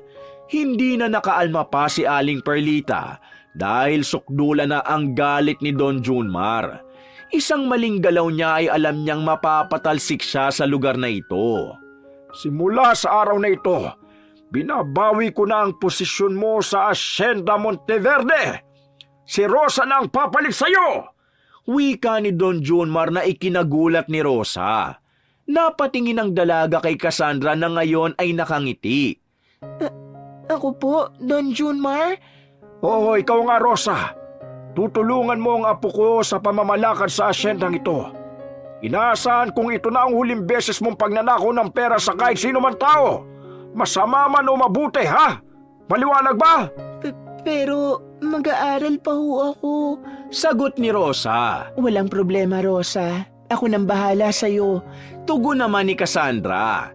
Napaluha si Rosa at saka lumapit kay Cassandra saka ito niyakap. Sina Don Junmar naman at Tatay Ben ay nagtanguan na lamang na para bang sinasabi na sila na ang bahala kay Aling Perlita. Paalis na sana si Aling Perlita nang harangin siya ni Cassandra. Saan ka pupunta? Hindi pa tayo tapos dito. Sambit ni Cassandra. Nauna na kasing umalis sina Don Junmar, Tatay Ben at Rosa para sundan sa ospital si Ramonito. Hindi ka aalis sa asyenda ko. Pagbabayaran mo ang lahat ng ginawa mo sa mga magsasaka ko. Maninilbihan ka sa akin bilang isang alipin hanggang sa mabayaran mo na ang lahat ng utang mo. Maliwanag ba yon?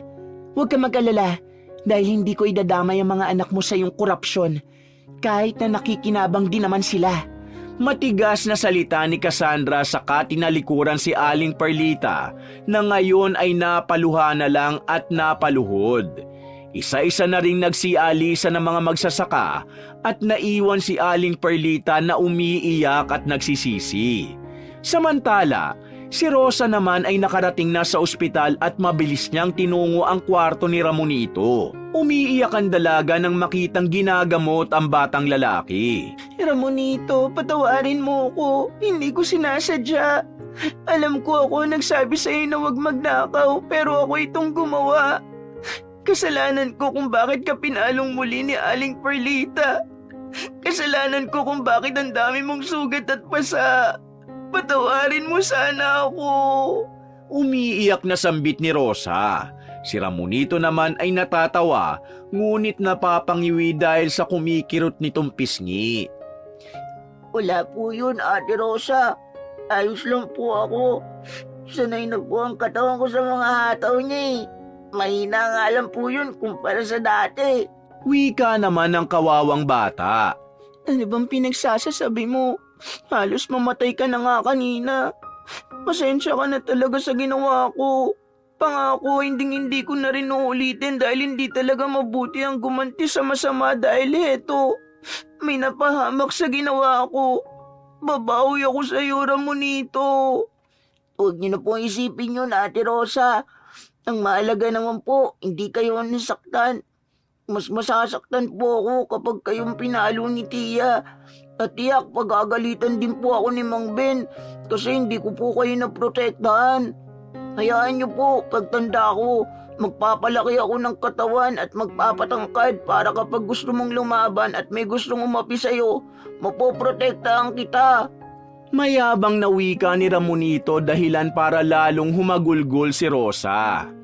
Ramonito naman eh. Mas lalo mo akong pinaiiyak.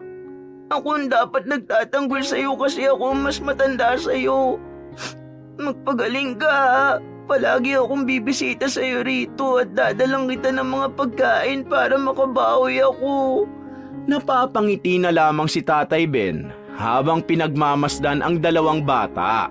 Sa kanyang puso, parang may nagkukumbinsing ampunin na rin si Ramonito at kunin kay Aling Perlita. Ikaw na ang bahala sa mga bata, Ben. Sa'yo ko na rin iaasa ang kapangyarihan ng apo kong si Cassandra. Bantayan mo siyang maigi habang naroon siya sa maisan, ha? Ikaw ang tumayong ama niya. Ang sabi ng doktor, malapit na rin bumigay ang katawan ko. Kaya minarapat ko nang bumisita sa asyenda. Hindi pa ito alam ni Cassandra, ngunit ayokong sabihin mo sa kanya. Marami na siyang iniisip at isa na roon ang maisan. Nagkakaintindihan naman tayo, hindi ba? Bulong ni Don Junmar habang nakatingin din kay Cassandra na nasa likuran lang ni Rosa at kapwa pinatatahan ng mga bata. At huwag kang mag-alala, Ben. Nakasulat din sa last will and testament ko ang mga pangalan ni Rosa at Ramonito. Mayroon silang bahagi sa kayamanan ko. Kung magkita man tayong muli, wala tayong aalalahanin sa kanila. Tumango si Tatay Ben at tinapik-tapik ang balikat ni Don Junmar. Hindi na napigilang yakapin din ng matanda. Maraming salamat, Don Junmar. Maraming salamat. Pasensya ka na kung sumama ang loob ko dahil akala ko nakalimutan mo na ang pangako mo sa pamilya ko. Ang totoo pala'y kagagawan lang itong lahat ni Aling Perlita. Huwag mo nang alalahanin pa yun. Ang mahalaga, ayos na ang lahat. Huwag ka nang umiyak pa. Baka isipin ng ibang makakakita may relasyon tayong dalawa. Natawa naman si Tatay Ben sa hirit na yon ni Don Junmar. Lumipas ang ilang araw at nakalabas na nga si Ramonito sa ospital. Ipinagdiwang naman nila ng sama-sama ang pagtatapos ni Rosa sa senior high. At nang pasukan ay nag-enroll na ito ng kolehiyo. Samantalang si Ramonito ay nagsimula na ring mag-aral. Samantala, si Cassandra naman at Tatay Ben ay abalang-abala sa Hacienda Monteverde. Si Aling Perlita naman ay unti-unting tinatrabaho ang tiwala ng mga kapwa magsasaka. Ngunit mukhang matatagalan pa para tuluyan siyang makabawi. Nang lumipas ang isang taon, pumanaw si Don Junmar. Kaya tuluyan ang napasakamay ni Cassandra, Rosa at Ramonito ang mga pamana sa kanila ng matanda. Wakas!